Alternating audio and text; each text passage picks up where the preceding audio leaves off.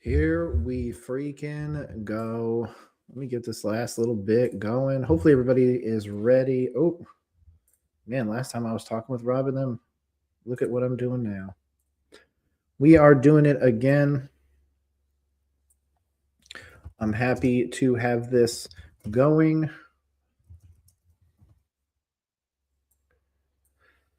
Sorry about that, guys. I did not realize I had to reset this back up.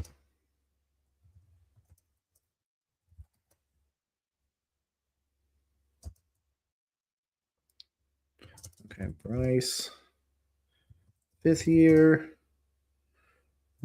Evero extension.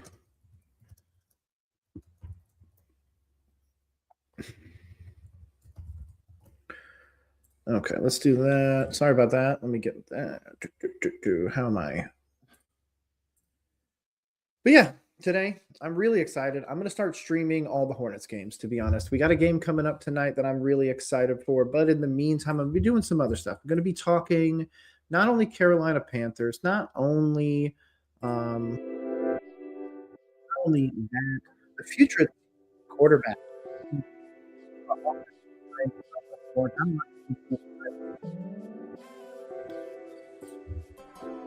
Copy. Let me make sure I get this over to them. Hopefully you guys are ready for this one. Again, I am super excited. We're getting this one started off early. I am shooting this out right now. Boom. And yeah, I'm ready to get this season going. Rather than sit here and just stare at this, let's actually get over to some Carolina Panthers. We're going to be talking Panthers the whole time anyways. I might even edit this up a little bit. Let's see. Maybe I got to fix this. Every once in a while, I have to mess my stuff up, basically. Comments. Let's definitely show comments. If anybody is out there and wants to join, by all means, let's get this thing going. I want to enjoy this time. Again, I'm going to be going the entire time and going to be enjoying myself. So hopefully you guys are here with me.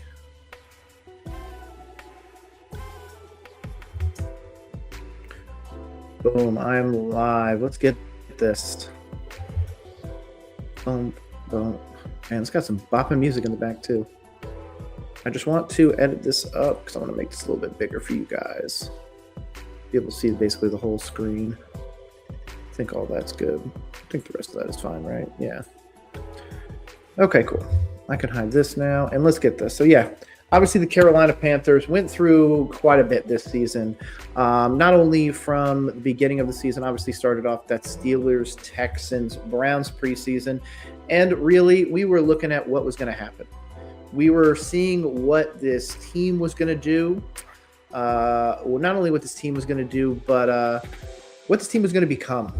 This was not indicative of the Carolina Panthers. I mean, we're going to go game by game and everything like that, but I'm going to give you my overarching as well while I wait for those guys. Just send it out to them, so it might take them a quick second. Obviously, I got Rob. I got Stop and Look coming out, so I'm really excited for this, a.k.a. Zach. But yeah, other than that, let's get this. Okay, so obviously, looking at Bryce Young first, the guy that we realistically have to look at for all of these things. Why is it only showing me postseason? I want regular season. I need to see the regular season stats, okay? Right now, obviously, Bryce Young, 16 games, 304 completion, 478 attempted. 63.6 is his career high. So that's a bonus, massive bonus. Moving forward, obviously, the 3,000 yards needs to become the bare minimum. I mean, bare minimum. There's no way at this point that we can continue to think that the Carolina Panthers are going to be able to sustain this constantly at 3,000 yards. What team, maybe besides the Cam Newton Panthers, really did that? I don't think this is going to be the norm. I think it's going to have to be north of this. Bryce is going to have to put up more stats. That's one of my concerns going forward. This also, right here, was something that I didn't expect. I actually went the opposite. The Carolina Panthers, I believe, had 7 different years where we didn't have any 1,000-yard rusher or 1,000-yard receiver. Now look what we have. We've got everything. So I'm honestly, I'm really liking where this is going to be going long term. I just don't know if in general this is really sustainable. And that's my bigger concern. I'm concerned that down the road, we're not going to have Bryce Young being able to maybe complete the deep balls, or I don't know if we're really going to have that deep guy that everyone's talking about, that kill shot, anything. I just don't know, especially given the upcoming free agents. There's a lot going on. In fact, I can pull them up right now. NFL free agents 2026. I want Spotrac. Available position. I'm looking for not undrafted free agent. I'm looking for an unrestricted free agent in 2026. Market value. Yeah, Trey Hendrickson coming out is going to be a real interesting one. Obviously, Dan Morgan has talked about at length. In fact, I might just do a Dan Morgan breakdown at some point soon because, yeah, there's going to be a lot of comments about what we're going to do. Is it going to be an edge? Is it going to be a linebacker? Is it going to be a tackle in the draft? Who's it going to be? I'm not sure. But regardless, finally, we got him here. What is up, Rob? How you doing? Can you hear me? Hello? Hey, Rob, how you doing? Hold on, let me get my audio straight. Oh, take your time. Take your time. I'm going to try and get this thing all set up. Oh, why is it? Hopefully you guys are ready for this, man. I'm excited. What's up? What's up? Can y'all hear me? Hell yeah, we can. Yeah. All right, perfect. It's cold as fuck in Durham, bro. Yeah, it's supposed to get like 19 degrees tonight. Oh wow, dang, you guys are huffing it out there, huh? Yeah, man. Yeah. It's tough for us. I say that, but it's like fucking 30 something or 40 something here in Florida. It's 41 here, so I can't even say that. Yeah. We're in the end times now. I feel like it's been kind of a warm winter though. Like it hasn't been that cold, I don't think. Yeah, I wouldn't say it's been again here. I've only been here down this way for a month. Where I left in Massachusetts, that shit was cold. That was bad. Massachusetts, is that north, mid-north? Yeah, it was up there past New York. I was literally maybe 10, 15 miles from the New York border. It was the nicest thing ever, though. The drive down, oh my God, dude. For me to finally get out of that area, $100 in tickets, it sucked. The north is not for me. I'm sorry. I'm good off that. If it was up to me, I would live in snow Alaska. on occasion. What? Yeah, I wanted to get my wife to move to Alaska for the longest time. Why? Because I would love to live there. That has always been like my place. I don't know why. My family also has a history of it. You remember the book Into the Wild? Okay. That was my great uncle or something like that. So no offense. Yeah, I like cold. My favorite season is fall, but like this one is like a nice, you know what I'm saying, a nice blend of chill, not too hot, not too cold, but you know what I'm saying. I feel like weather-wise, that's my kind of weather right there. I don't like it too cold though. Oh no, I've tried to get my wife to move to some crazy cold places, but regardless, man, I'm happy you guys have your. Took time out of your day to come hang out with me. Finally talk some Panthers. Yeah, no problem. No problem. Yeah, but speaking of, you were just about to ask. My wife is from Maryland, so she's used to the cold too. Okay. Yeah. But no, I was just talking about free agents and everything like that. I pulled up the available free agents of what we're kind of looking at this year. I think with Dan Morgan's recent comments, I think edge is where we're going to the draft. Unless this is going to be a 5-month smoke screen. I don't know. I listened to him speak too, and I heard. Did you see the interview on WFNZ? I did. I feel like he might.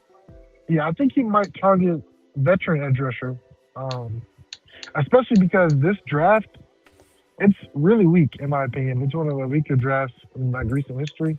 Really, I don't believe an edge rusher.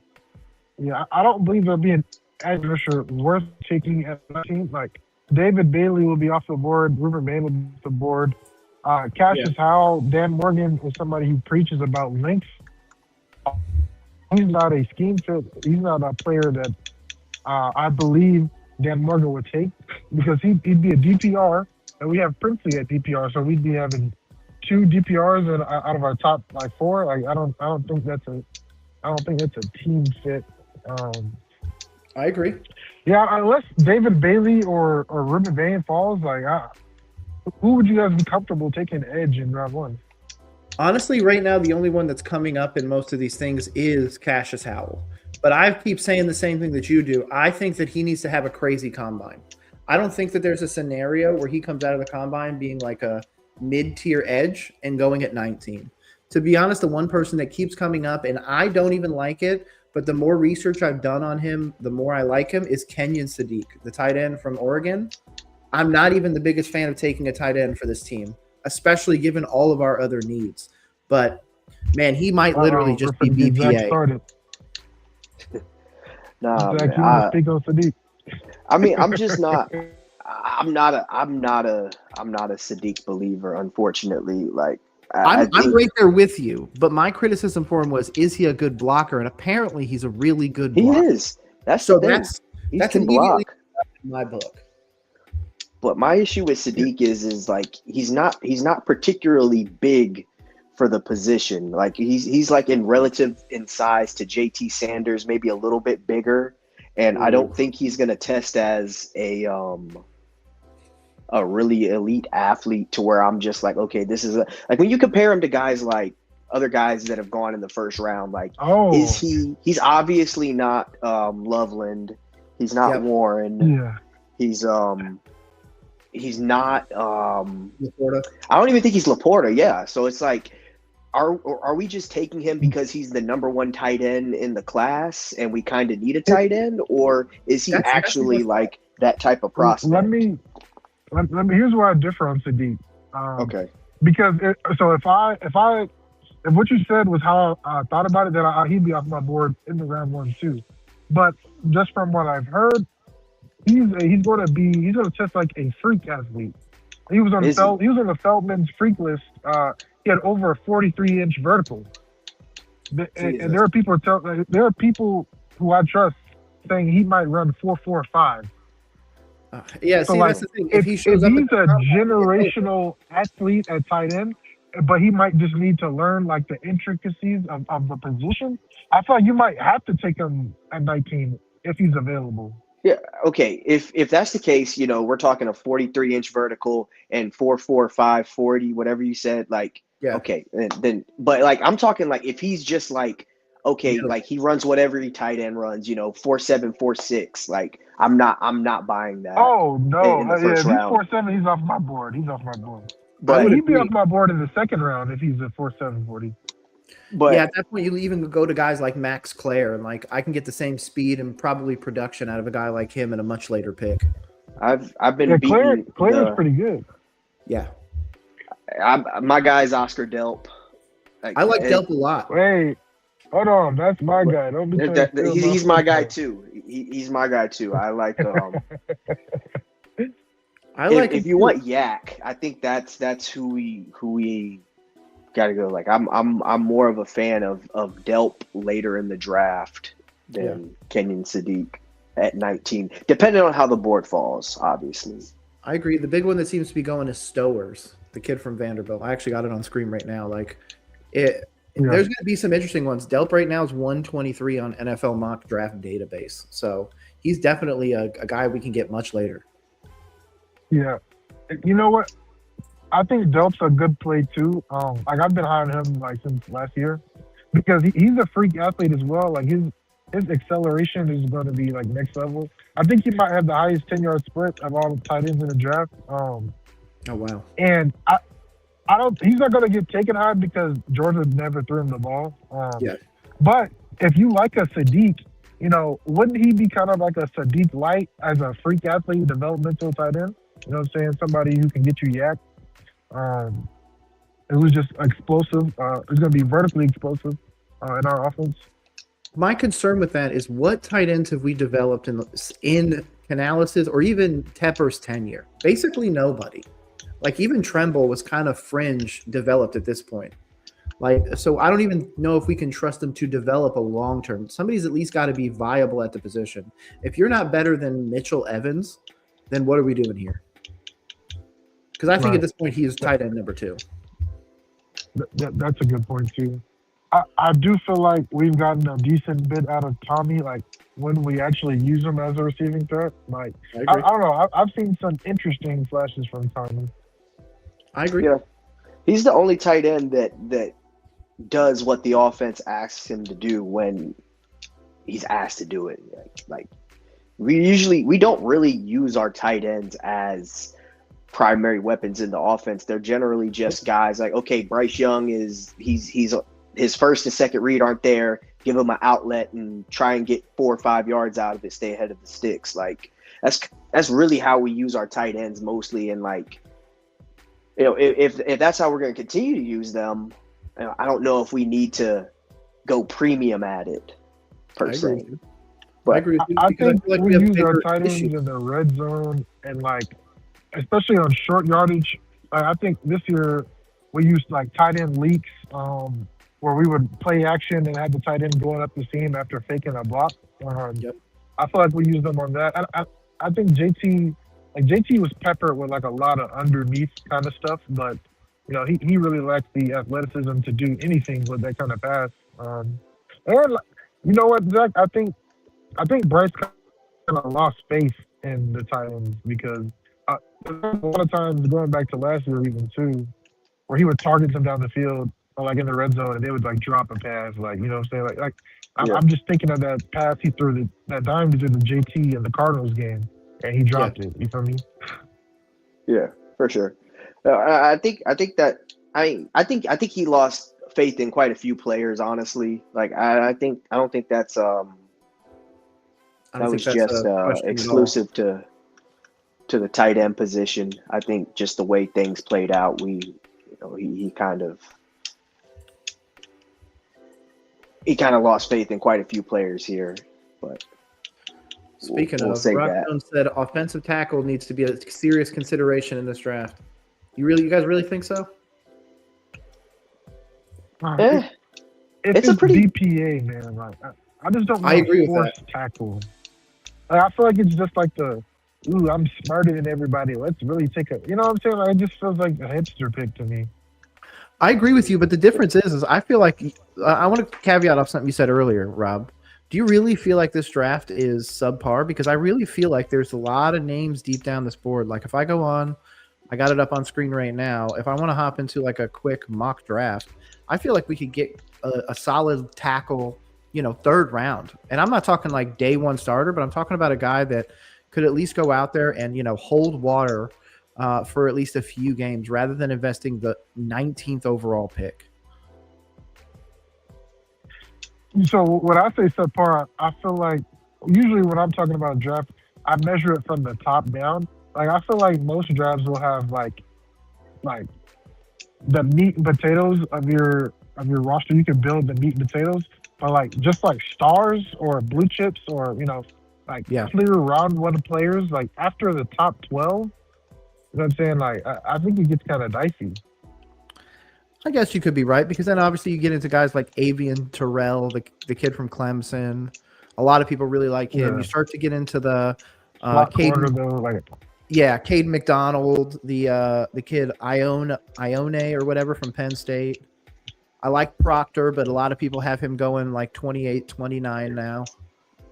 Isn't he a guard though in the NFL? He's Proctor might be. He's listed as a tackle. Yeah. I like the idea of taking tackles a little bit later because a lot of those guys are huge, like 6'5", 6'6", 6'7". And if you end up moving them in, I think that would benefit a normal team.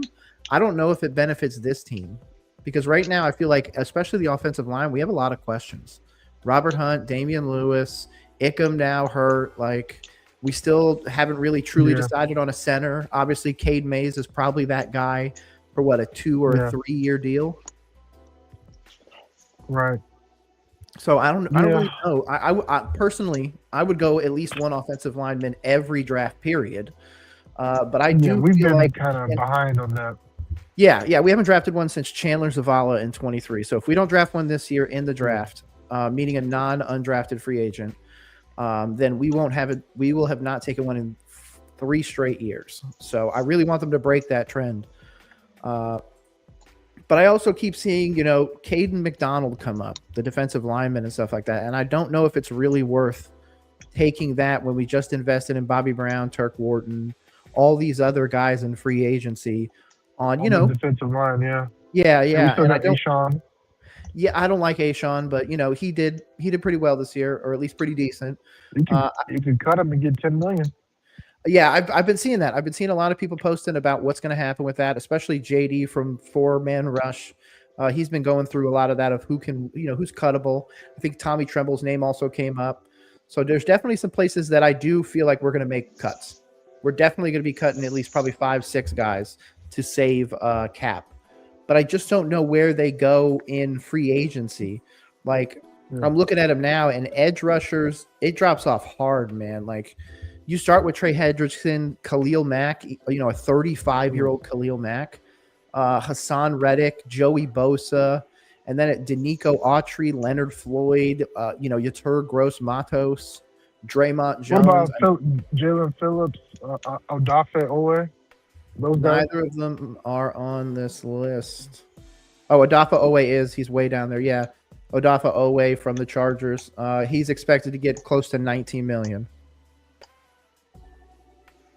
That's the kind of player we need somebody to raise the floor of the unit. I feel like. I don't disagree. Well, I think the worst edge we should get is like a Owe or Jalen Phillips level player. I like it. Tell me this, Nick. Nick, do you want to depend on another rookie edge rusher? I don't. So that's why I was going to go the opposite and say we don't go and get some crazy amount of edge rushers. I do think that with the recent comments from Princely, where he's basically criticizing the scheme, I think that's going to do something. I think that there's going to definitely be a conversation, because if you guys don't remember, when Canales had the conversation with the media about how much he was playing his rookies, the defense mainly, he was like, oh, I'm working with Evero and everything. And now knowing that he most likely already had a contract, or that was the time when they were working on that contract with Evero, it makes sense that immediately after that, Evero changed it up and was like, okay, I'm playing Princely, I'm playing Scorton. And then obviously we saw a little bit of a change in the defense. Is there a scenario where we see that happen again, of him being like, you need to get buy-in into these players. You can't repeat like this. I'm not going to give you an edge rusher from the draft. I'm going to give you one from free agency, say Odafe Owe. And if he can't produce with that, then I don't really know what else we have to say. And as much as I want to say, hey, we need to give, Evero more slack, especially for last year's, shit show, it was mainly because Derek Brown was out. Key players were truly out of it. As opposed to him just not having a good scheme. But obviously, criticism from the players means quite a bit. But I think, going back to what we were saying, I think we should go multiple linebackers. I think we should get at least one, like, Mike linebacker, the green dot, and then I think we need to go get another, like coverage linebacker. Maybe one that is a little bit more of a project, more like a Trevin Wallace. But one that we can get for a little bit less. Like, obviously right now, the mock draft that I'm looking at, a lot of the great ones that we really want are already gone. The Sonny Styles, the Arvell Reese, guys like that. And to be honest, I hate seeing the mock where Sonny Styles ends up with the Bucks.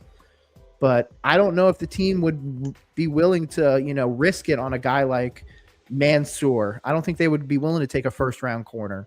Or, again, Peter Woods, even if he falls to us, I don't think the franchise has the stones to do it. I think they would go something else. I think they would take Kenyon Sadiq. I think they would go a tackle. I don't think that they're willing to go an interior defensive lineman with this first pick. You want to talk about? No, I mean, I don't really think interior defensive line is in their cards right now. I mean, I agree. We've got a lot of money tied up in Derek Brown, Bobby Brown, Turk Wharton. Even I think Turk Wharton, like, something's going to be done with his contract most likely. Like, I don't think his roster spot is in jeopardy, because I mean, he did play good in the wild card game. It's just he couldn't stay healthy consistently enough. And that kind of caused Bobby Brown to get ahead of him in the rotation and kind of outshined him much of the season. But yeah, I just think there's just too much there. Like if we're really saying that, okay, we still need interior line help, we gotta have uncomfortable conversations about that room, in my opinion. Thank you. If we're still talking about that being a weakness in 2026, we got to have really uncomfortable conversations about people in that room. I agree. But do you think that's a room that we could see something shaken up? Do you think we could see a scenario where Turk or Bobby or somebody like that is flipped? I think Bobby's pretty safe. I mean, he got the bigger contract, didn't he? No. Turk got the bigger contract. Okay. Bobby got he got less, but I think they're both 3-year deals. Okay. But I think Bobby's pretty safe. Turk got more money because he's supposed to be our pass rusher. Right. So I think it's more. I think it's more likely that if there were to be something happen, it would be him. But I still think he's pretty safe too, just because I just give him the benefit of the doubt. He got hurt 3 times this year. He couldn't really get good footing as far as his health. So I think they're going to look at it that way. I agree. I feel like that the addition of just bringing back who better play better next season, man. But what do you think we go second round? Obviously, we're looking at that pick, and it's the 57th overall pick. I've heard a lot of people talk about us trading up. Do you think it's worth a trade up for really any player? It all depends on how the board falls. I mean, there could be somebody that we have. I don't think Sonny is going to be available. No. Guys, how about we create a scenario here? Like, okay. So you're saying what will be available in the second round? What did we address in free agency? How about we come up with that? Okay, then let's do that. Let's look at it. So then we'll be able to say. Sure. So obviously, right now, if we go, we're adding something in free agency. We're probably looking at a veteran edge. So, like you said, Adofa Owe would be a good one. $19 million is the estimated value. He's 27, so we would be able to get at least his 27 to 31. But obviously, we're talking about paying him 4 years, almost $20 million a year. So that's going to be a pretty solid, tying up of money. And I believe right now our cap is what, $28 million? I'm going to pull it up. I thought it was 35. Is it 35? Okay, and that's obviously before cuts. Yeah. I'm trying to see. I think we might try to go for a linebacker too, an edge and a linebacker. Yes. You really think we're going to go get a linebacker? There are some good ones. Don't you think? I feel like there's Devin Bush, there's Lloyd. Who's the other? Leo Chenal. Like, I want us to get at least a veteran linebacker that has some talent. Because if we're trying to win next season, you know what I'm saying? Rookie linebacker is one of the hardest positions to come in and contribute meaningful football to. You know what I'm saying? I don't disagree. I linebacker. I really like Quay Walker. Quay Walker's only going to get about $9 grand. Walker too. I think he's really. I think he's going to be solid. He's only 25, so we've definitely got plenty of years ahead of him. We could easily give him a, 6-year, $60 million deal and lock him up, because obviously linebackers are going to start getting paid more, especially as this. Is it just me, or does it feel like the coverage linebacker has regressed almost? They're either run stopping linebackers or they're edge rushers essentially. Yeah.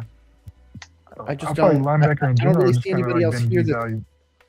I just don't see anybody else here that's really worth it. I mean, most of these guys are old.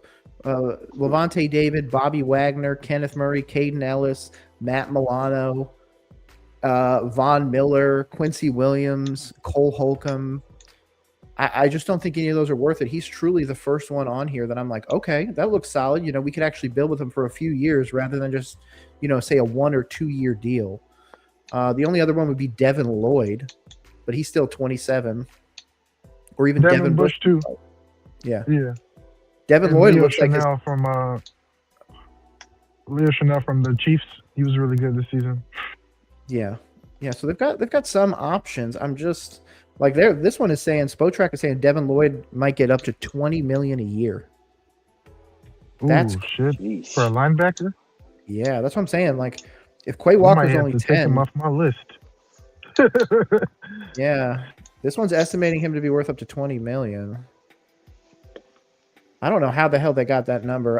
It's gotta be wrong. There's literally nobody else close to him in this estimation. Oh, Nakobe Dean.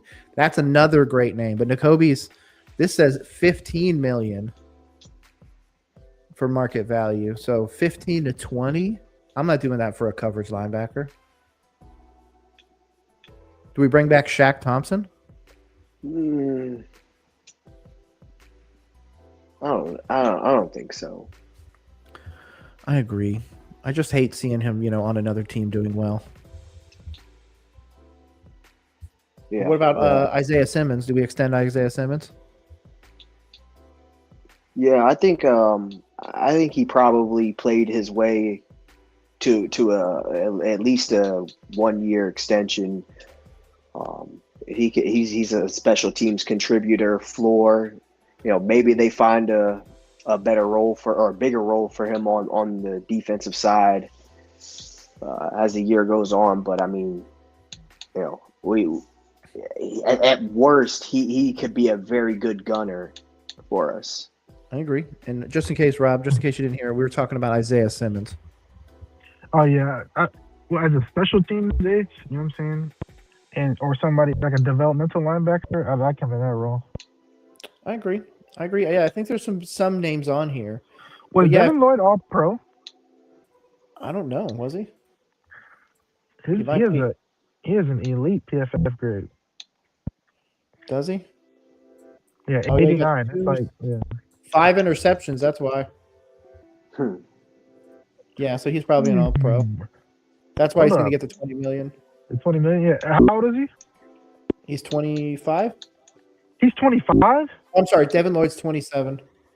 Okay. I was about to say, if he's 25, that young, that good, I might have ponied up to 20. Bro, Nakobe Dean's 25, and he's already going to get 15, so. And I like Nakobe Dean coming out. Me too. Dean is isn't he pretty injury prone though? He was definitely injured in 2023. Foot injury, it looks like. Yeah, that's the only time I can really remember him being injured. It's 2023. I mean, maybe he's had some I know he came stuff. into the league injured. Yeah. It says that's 2023, and he had 2 separate stints for a foot injury. He was out from week 2 to week 5, and then week 11 to week 18. And then he was out the first 5 weeks of 25 with a knee.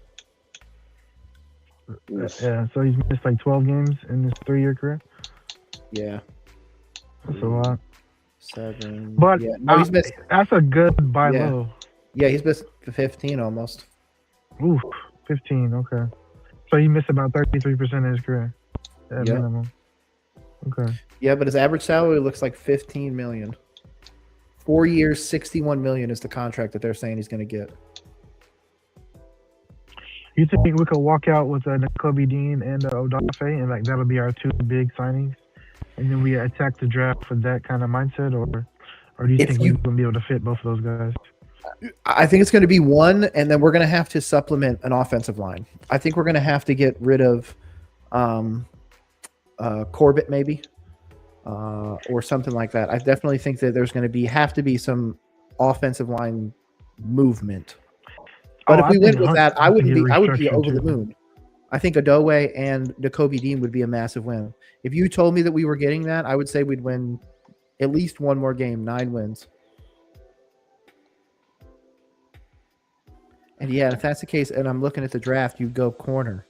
Because Mansour might be available, Avian Terrell might be available. There's no point going defensive tackle. I don't think a wide receiver here is worth it, even if Mekhi Lemon's available. Oh, I'm a Mekhi truther.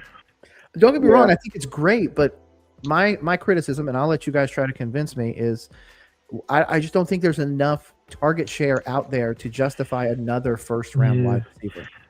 That's kind of how I feel, too. Yeah, if we were committing to like 30, 35 throws a game, and Bryce was at like 67% completion, like a lot of the other quarterbacks, then sure. But that's not the offense we want to run. So I don't really feel like that's the best one. If that's the case, and Mekhi Lemon was there, or in this scenario, like I have on screen, Spencer Fano's there, I do feel like the team would go tackle. I'll be pissed if we take Jeremiah Love. That's a completely separate thing, but. I'm a Jeremiah Love guy. I don't, look. Okay, let me look. I'm a position of value guy. Zach knows this too. Like, I'm always like, I don't want to take the hipster pick. I don't want to take safety guy. But just looking at our offense, you know what I'm saying? Like, we have to go 10 plays, 12 plays, 15 plays to score. We have to. When we throw a running back the ball, like they're getting tackled right then and there if it's not green grass in front of them. There's nobody on our team who could take a 5-yard catch and go 60 yards.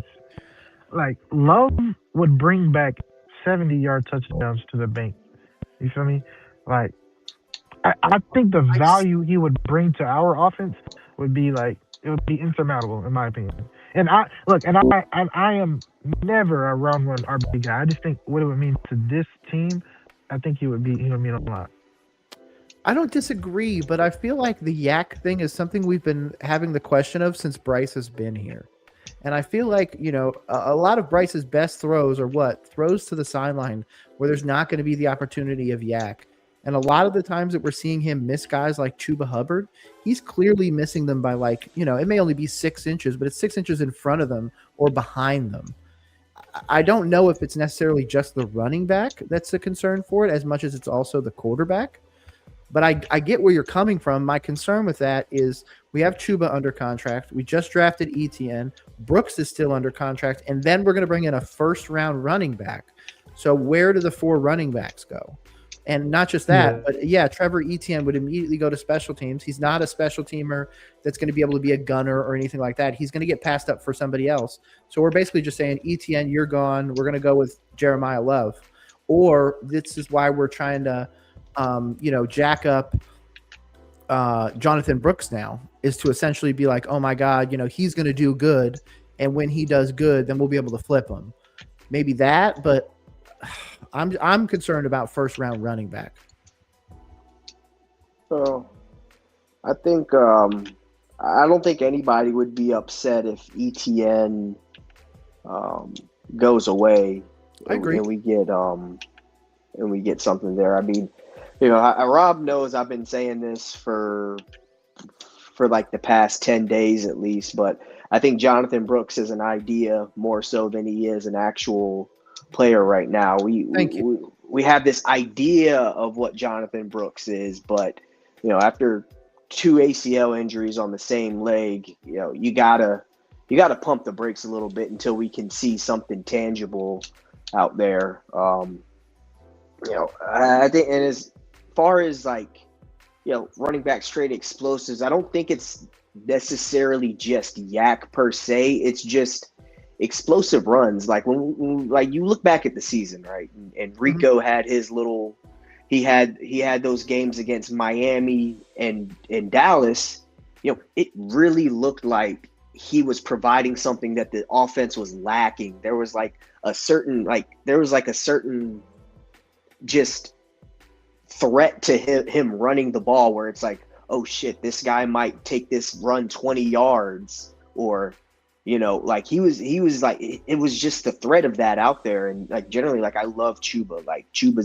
I've been the number one Chuba defender, but it's just at this point, he's just a drive finisher. He's good at falling forward, but he's not gonna break anything past 10 yards, 15 yards maybe now. He just doesn't have that. He just doesn't have the ability to make anybody miss in space one-on-one. Okay. Not even just, catching the ball, just running the ball as well.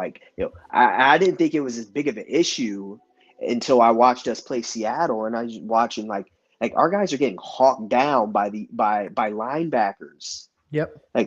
They're getting hawked down by linebackers.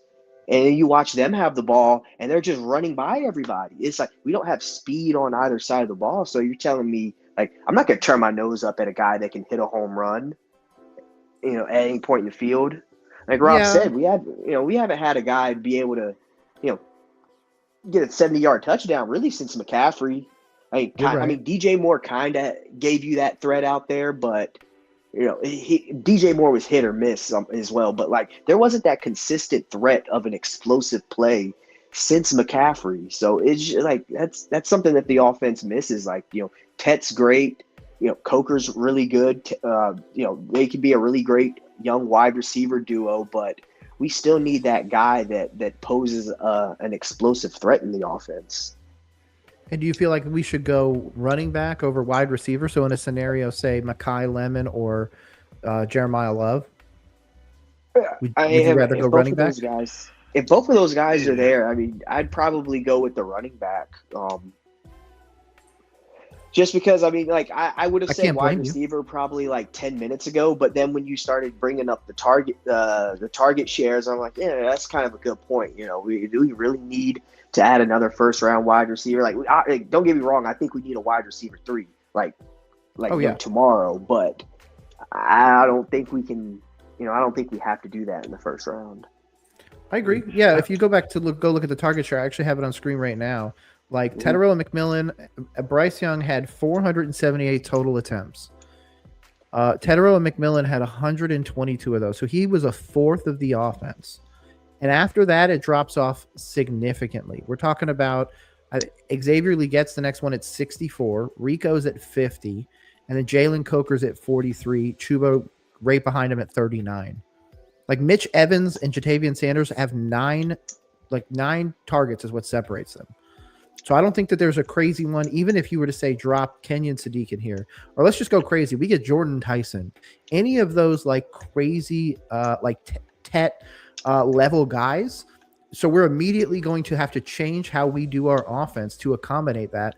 Otherwise, it's a waste of a pick in my mind because I don't want another 600-yard wide receiver. I have Xavier Leggett. I have Jalen Coker. I need a guy that can give me. To you, Nick? Oh yeah, go. Like. You just said something important right there. We have to change our offense, but don't you guys feel like? I feel like we went through multiple identity crises for what our offense wanted to be over the course of the season. Like I feel like early we wanted to be a ground and pound kind of team. You know what I'm saying? Mm-hmm. But there were also games where Dave wanted to air it out. You know what I'm saying? Yep. And we had to depend on Bryce's arm. So like. I think at his core, he wants to be a balanced team. And when he's going ground and pound, I felt like he was more so taking the ball out of Bryce's hands. But I feel like next season, he might give Bryce a longer leash. And y'all tell me if I'm wrong. I agree. No, I agree with you. I feel like we were going through a bunch of different iterations of offense. Like Zach said earlier, we had the Rico 2 or 3 game stint where he had, 200 plus yards. We had the moments where, Bryce had 3 touchdowns, no picks. And then we had the moments like the 54-yard game and stuff like that, where it just seems like it's going back and forth. But at the same time, yes, if we added another target for Bryce, maybe there's an opportunity that here or there he's able to complete some, drives and get them down. But to be honest, I feel like a lot of those drives were just like you saw every play. They looked hard. I'm not sure if that was the offensive line collapsing, the lack of a run game at times, or again, the moments where they just told Bryce Young, you have to beat us. And he just unfortunately wasn't able to do it in that moment. Obviously, some of the games like the Patriots game or the Seattle game, you're going against teams that are now, 1 seeds. So those ones look a little bit better now than they did at the time. But I just don't. I agree. We're trying to be balanced, but in the effort of being balanced, I feel like that's where we get into the conversations of Canales, not calling the plays right, not doing this right and stuff like that, because he's constantly having to change what they're doing because teams are just taking shit away. If you basically eliminate the run game and you tell Bryce Young he has to throw it, they completely have to change everything. And I feel like that's a given. I mean, that's what Belichick talked about forever. Just take away their main thing, whatever it is. If it's running, take it away and see what they do. So I feel like that's what just teams did. They're going to want to run the ball. Just stop them. Let's see what they do from here.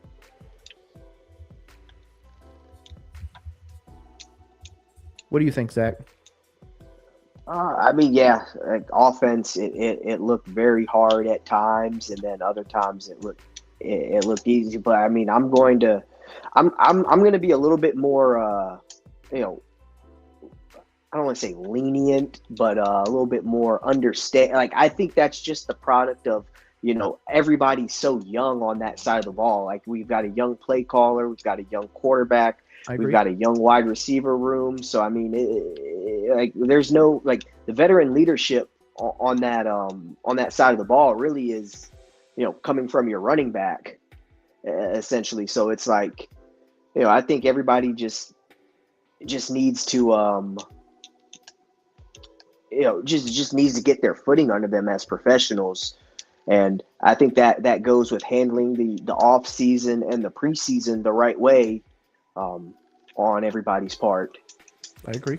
Like, I don't want to go into next year and having the coaches talk about, oh yeah, joint practices, like that's what we really care about. We don't care. Like, no, like I don't want to hear that again. And then you go up and put up another week 1 stinker. Like, yeah.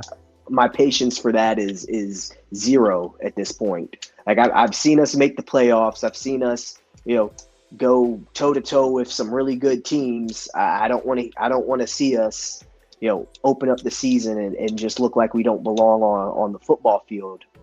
So I think it's just a product of how young and inexperienced everybody is on that side of the ball.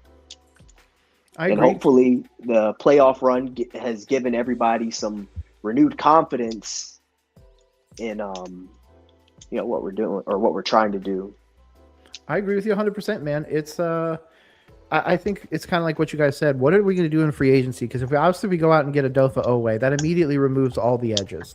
It makes no sense for us to take an edge in the first 5 rounds, essentially. So that immediately changes it. And I feel like at that point, we're going linebacker or we're going corner. If we end up going a first-round tackle, the fans are going to freaking hate it. My thing is with tackle is like, okay, like what are we doing with Moten? Because here's the thing, like I think we should bring back Yosh Nijman. I think Yosh Nijman played a lot better this year than he did last year.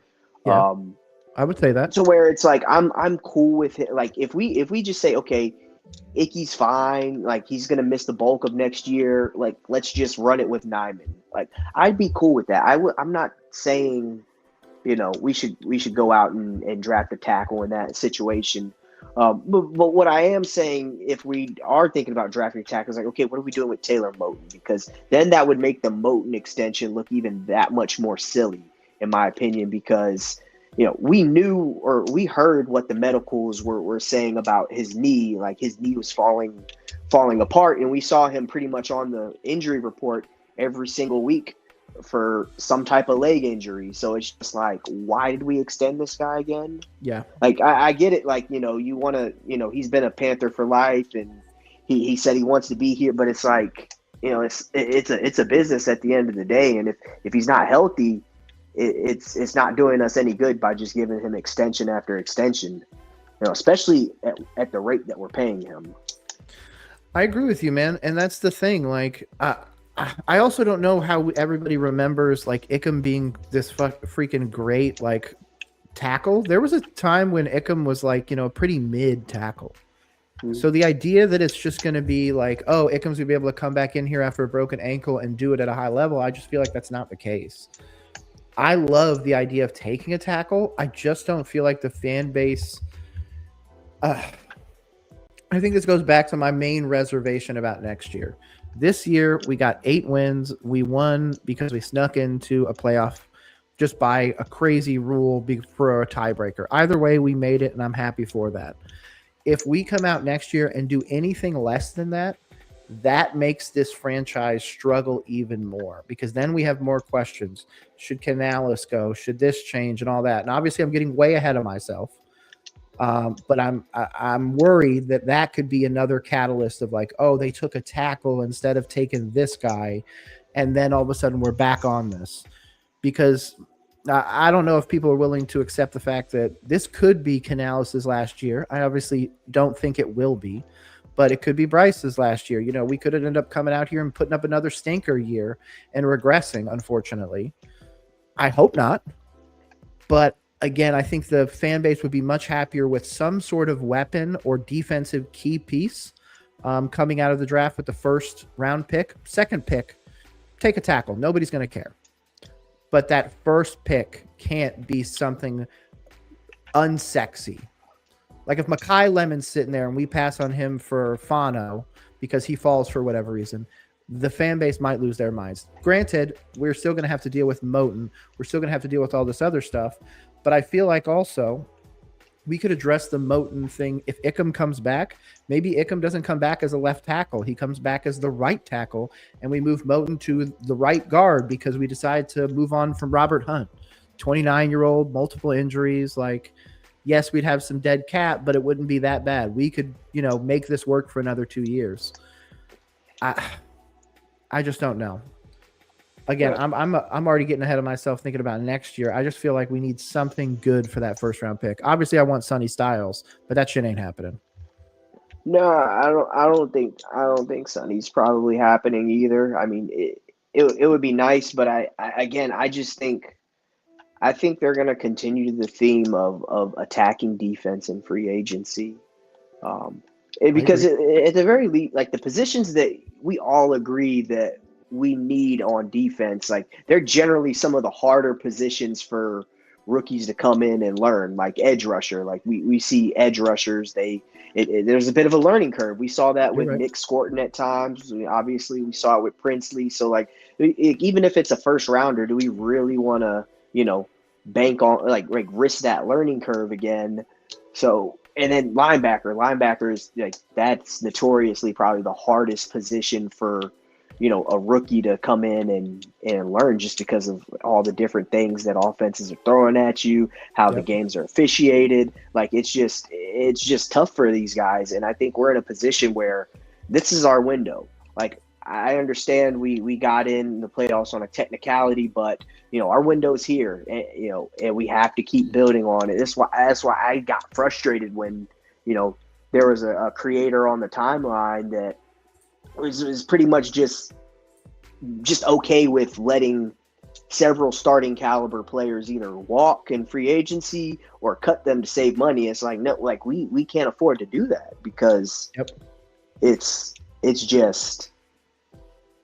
just wouldn't make sense, because we're like, even Dan Morgan said, like we're trying to win now at this point. So like we need to make win now moves, and I think win now moves for us are trying to maintain top of the division, if that makes sense. I agree, and plus we also have to remember the Falcons are getting a new head coach, so they're probably getting an upgrade. Kellen Moore, year 2, Tyler Shuck. Regardless of my criticism, he actually looks pretty good. And Baker Mayfield will obviously come back with a healthy team, and most likely without Mike Evans. So that's going to be a completely different team as well. Plus, Todd Bowles will be on the hot seat. I'm expecting him to get fired mid-season next year. And I think another thing that's worth noting is, as much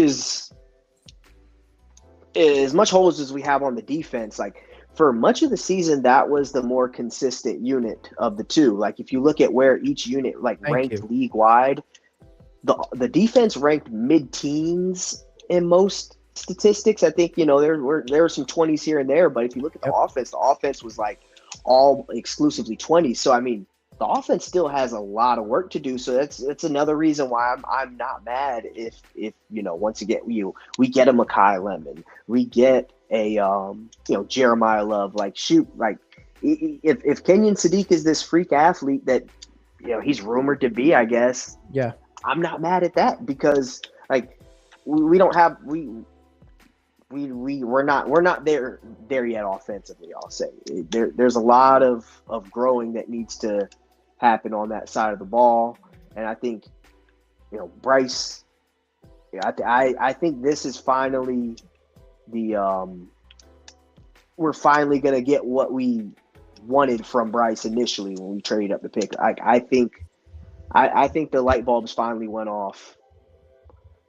I really do. I know we kind of said it at the end of last year after the Atlanta game, but I mean, a Week 18 game when you're not playing for anything but pride, division rival or not, is a lot different than a playoff game with the just the level of the eyes that were on that game. Like that was something that we hadn't seen before. Like I agree. So up until that point, anytime we were in a situation where we were the main event, we were what everybody was watching, we stunk it up. But yep, it seemed like something finally clicked, and things that weren't working were working. So, and it's, like we go into the off season, handle the off season like we're supposed to. I think we finally turned the corner with the quarterback position.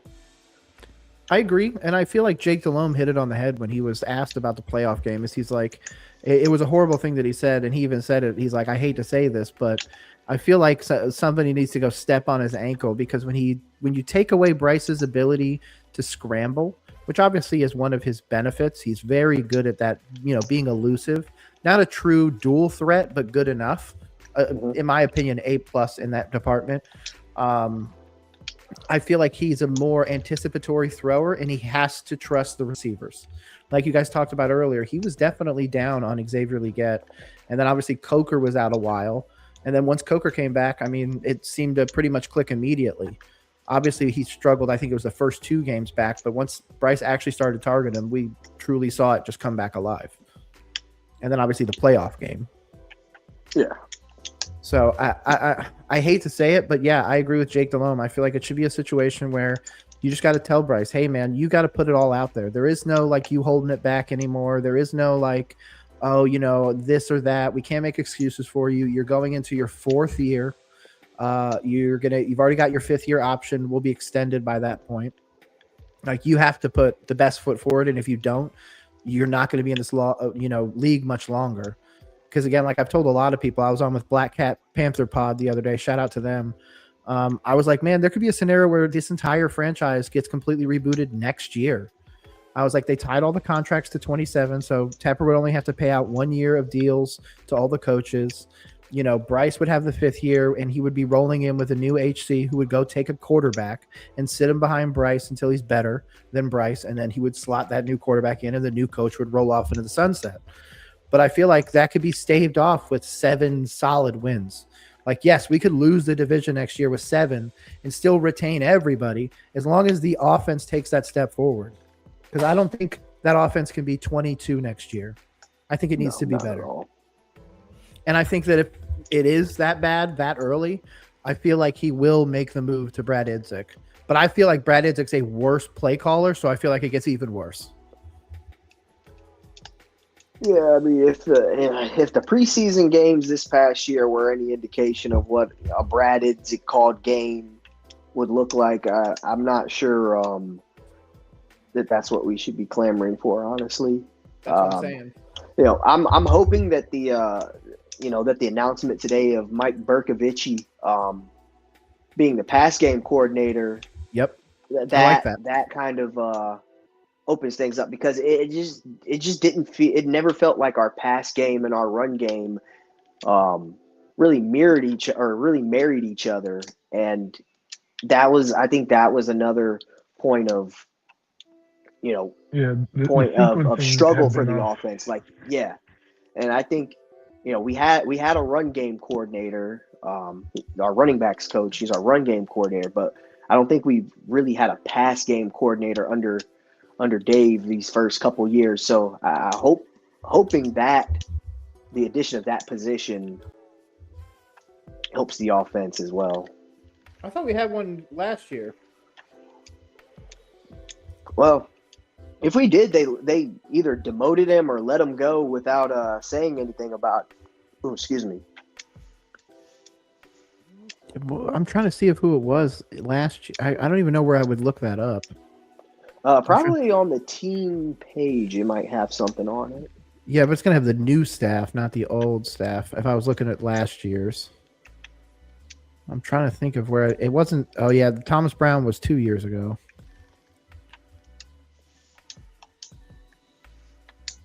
I don't know. I'll have to look it up. But, yeah, I could have swore we had one. But, yeah, he probably didn't do the best of job. That's why we don't know his name. Right. So, But yeah, I like this other guy getting promoted. I think that's definitely adds an interesting wrinkle. And I do think, even as a Bryce skeptic, that he's taken a step forward. He may not even be to the level that I want, but he's still better than he was. Like, he's definitely improved.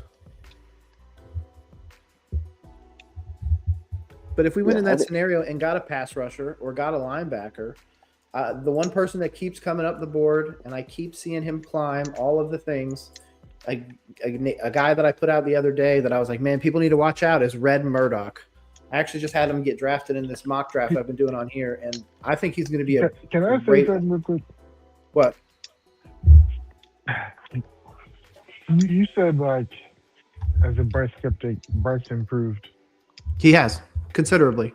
I would say he's made himself a play-in quarterback at this point. Like, the fifth year made sense. Okay, so, like, if we judge, okay, I'm going to start the qualifier. Sure. From the Denver game on last year until the end of the season. I feel like he was better last season than he was this season, in my opinion. You disagree with that?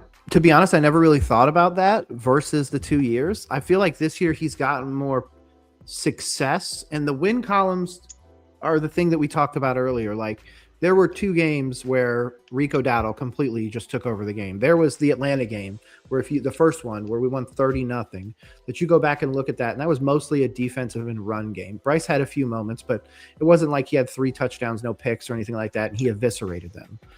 I just feel like now we had a better supporting cast that could maybe cover over a little bit of his issues, because I do feel like his issue is that he doesn't trust people.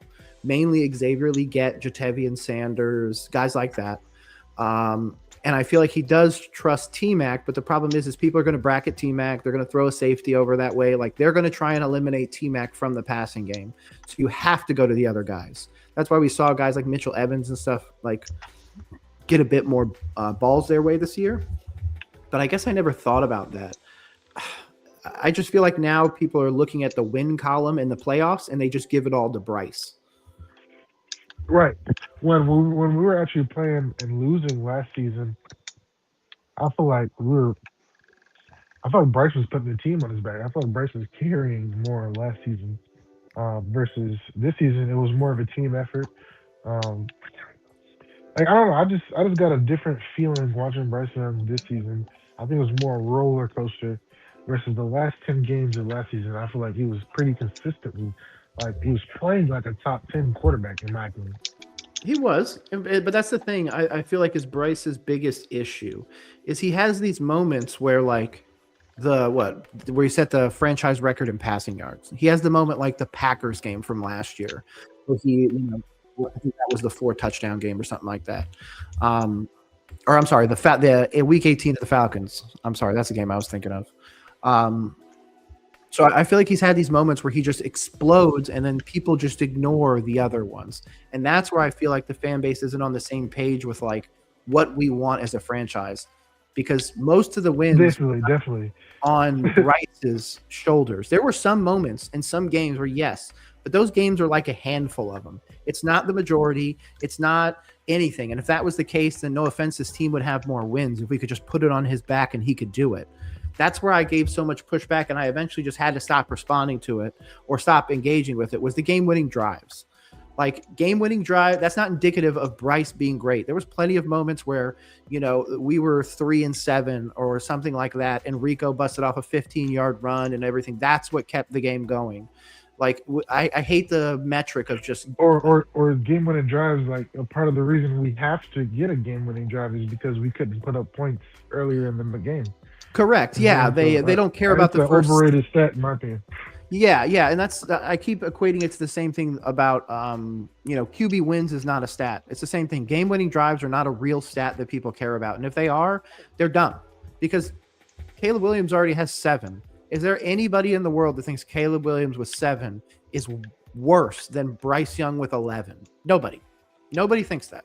Bo Nix has 10 already in 2 years, not 3 like Bryce had. So he's 1 game-winning drive behind him. We don't talk about Bo Nix. The Broncos fans wanted Bo Nix benched.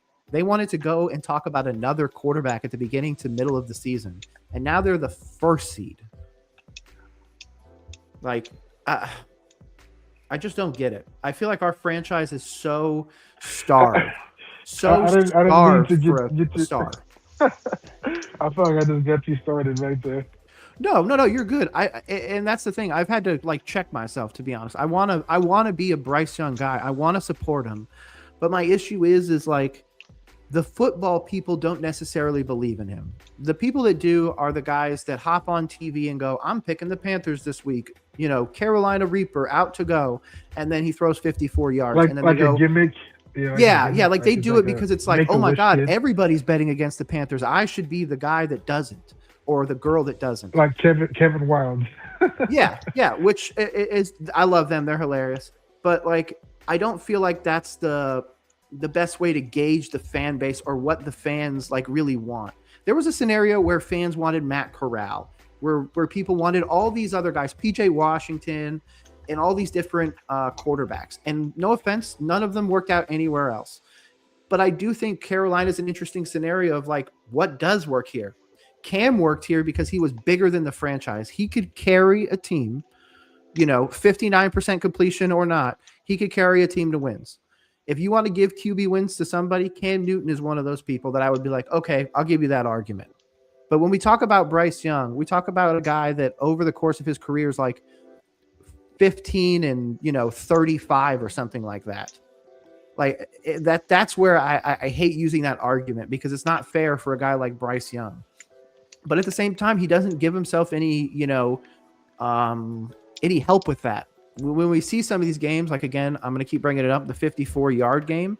Yeah, there's like one or two other quarterbacks that did that previously, but they also had, 20, 30 touchdowns that year. They were, really slinging it and really doing it like 95% of the time. They just had one time where they got shut down. We've seen plenty of times where Bryce gets shut down and, the last drive where he gets 60 extra yards and he ends up with like 140. You're like, oh my God, that's a decent game. But then we see fans make the argument, oh, well, stats don't matter. It doesn't matter that he threw 150, we won. It's like, okay, but if, Michael Penix threw 150, like you'd be all over his ass. Right, yeah, I don't get it. And I feel like he has to prove that he's good enough to do it. I understand that he's a first-round quarterback. He's the starting quarterback for the Panthers. But he still has to go out there and do it. And that's one of my biggest criticisms with the Canales hate is the person throwing the ball every time, the person making the read, the person playing football is Bryce Young. Canales writes it down on a thing. They go over it. They come up with plays, but he has to make the decision of where the ball goes.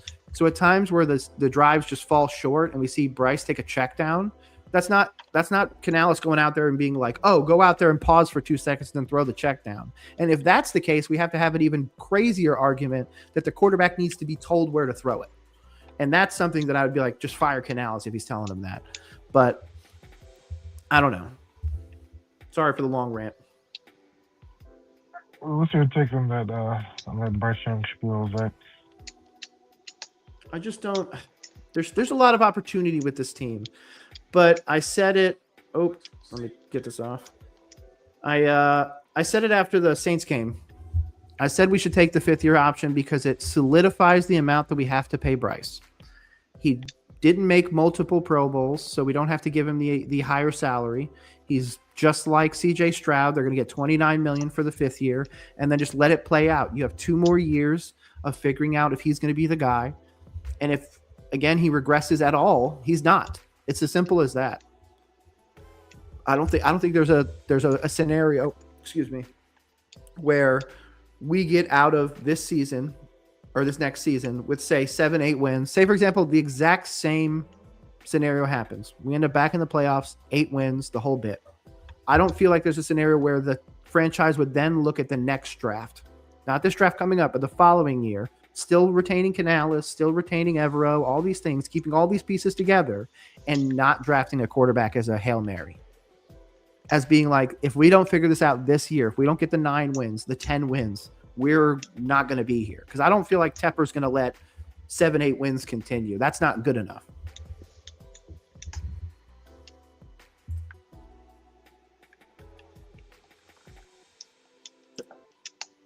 Yeah, I think and there's obviously room to improve on Bryce's end, but I mean, Well, we got to understand. Just 2 years ago, 3 years ago, this was a 2-win team. So, Exactly. I think Tepper will. I think Tepper will take another year of 8 wins and not do something ridiculous like blow the whole thing up. I hope so. I just feel if like he then we need does, to at then- least get that 8 wins. We need to at least look as competent as we did this year.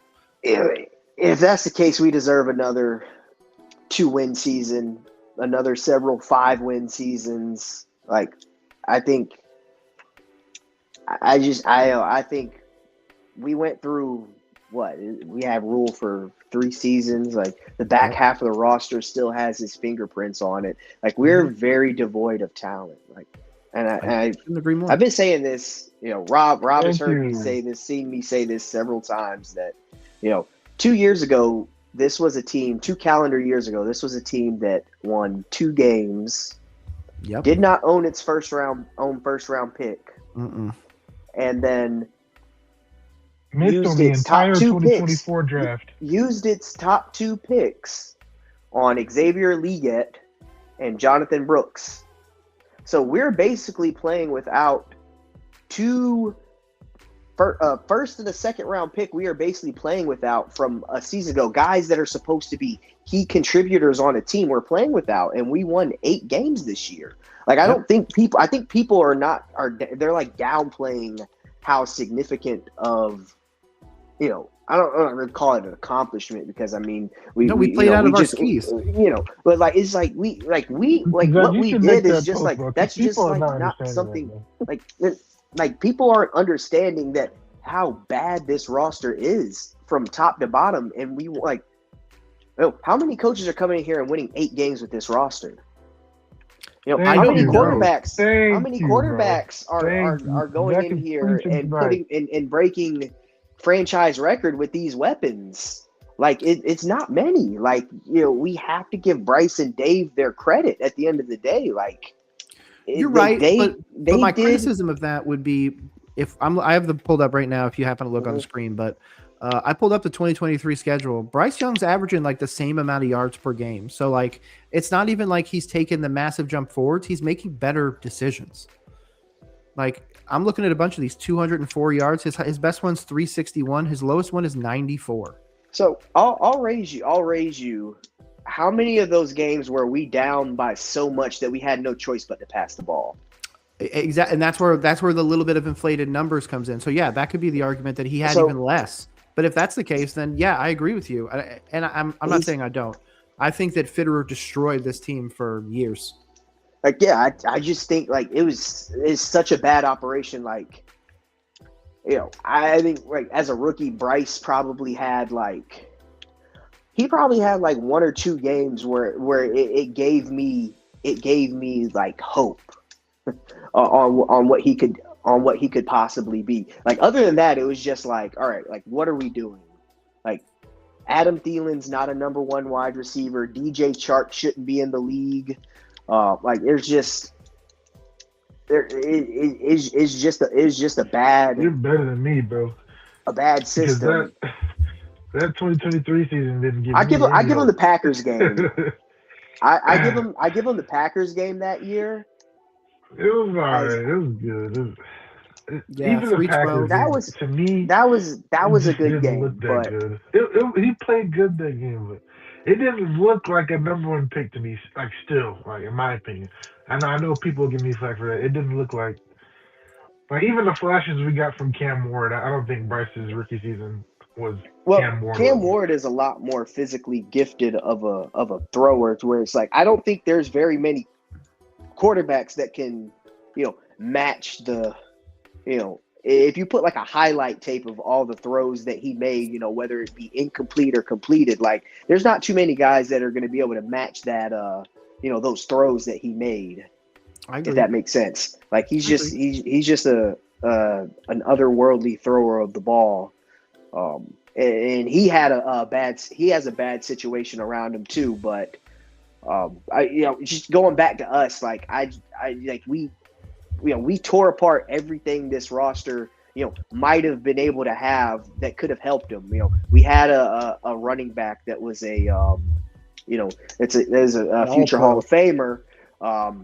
We traded him away. We had a wide receiver that could get open in the intermediate and make things happen with the ball in his hands. We traded him away to get to move up for him. So it's like, like we just messed up the process so bad to where it's like I can't even get mad at Bryce to the point where it's like obviously like there's times where I expect him to be better and do better as number 1 overall pick, but I also got to bring myself back down to earth and understand that like we're a terrible organization to go to, and we just have to we got to accept that like our shit stinks. Like we can't act like our shit doesn't stink and pin it all on the coach, pin it all on the quarterback. Like we're a terrible organization that drafted a young quarterback that probably wasn't as pro ready as we were sold he was. Yeah, that's the fact of the matter, And he's improved every year, in my opinion. Like I know Rob would say that the games, like he looked better in the games, but I mean, I saw a lot more dumb decisions still in some of those other games. You're right. More so than I saw this year. Like the decision making was a lot. It felt more decisive. Like to start this season though, like the boneheaded decisions in the Jacksonville. Well, that's what I'm saying is like in the Miami game. You feel me? That's what I think government mandated turnovers. We gotta first half. We gotta figure out how to start the season better. I don't know what that looks like in the process. Like people are just, that doesn't have anything to do with preseason. Like I disagree there, but that's what people are going to say. They're going to defend whatever they're going to defend. But I think they got to handle the preseason and take it more seriously than what they have these first couple seasons with Canales. But anyways, like I just think that Bryce, he seemed to be more in control. In control of things. Like obviously there were some low points in the season, Absolutely. We've mentioned the Seattle game, but once again, like I don't even get mad at the Seattle game because it's like if you look at the difference in speed between the two teams, it's like what are we supposed to do? Like nobody can make a dynamic play at all. So it's just I think the criticism there is that Phillip Rivers came off the couch and threw for more yards against Seattle than Bryce did. Who is Phillip Rivers throwing to? Nobody. Alec Pierce. Alec Pierce is nobody? Tedderell McMillan's nobody? Come on. Tedderell McMillan had the flu. The Colts got weapons. The Colts they do. The Colts have. I guess Tyler Warren too. They got Pittman, they got Josh Downs, they got Alex Pierce. And I'll say Phillip Rivers is one of those quarterbacks, like even though he was coming off the couch, he's one of those older, generation quarterbacks where his mind is his best weapon. You want to know what's funny about that? A lot of that stuff, is what's up? I looked up the stats. In that game, Alec Pierce was 1 for 16 yards. Their leading receiver had 32 yards. Amir Abdullah. Good grief. Yeah. That's crazy. Alec Pierce, another guy on my list though, I don't know if that's gonna happen though. I don't think so. It would be nice, but do you feel like we should trade XL at this point? Because that's what we'd have to do. I want it still off the roster. Yeah, I want him gone. I don't think he's gonna be on the roster next year. Really? Yeah. Pierre, even Pierre, I don't know if you know Pierre. He knows a bunch of the players on the team. He was kind of hinting on that his camp is going to ask for a trade. That'd be an interesting there's like mutual dissatisfaction between the camp and the team, and like it makes sense. But I mean, at the end of the day, like like as much as you can try and defend XL, like he just hasn't done enough when he's been targeted to warrant more targets. Like ultimately, like the hang up comes from the camp believing that he's not getting targeted as much. Just like that's fine, But there's a reason why he hasn't been targeted as much. It's because like when he does get targeted, usually it tends to lead to something negative. Yeah, he's I feel unreliable. Like he gets targeted too much. Whenever we throw the ball to him, something bad happens. Yeah, that's why I kind of like jokingly asked somebody to pull like what is the EPA when he's targeted versus, when anybody else is targeted. Yeah. The first half of the Cole, season, can you find that? The first half of the season, I said this stat too. He had the worst yards per route run, for any high volume like route runner in like the last 20 years. Jesus. Like he's not efficient with his routes at all. Like he's one of the worst players in the NFL. He's one of the worst players that gets a lot of snaps in the NFL.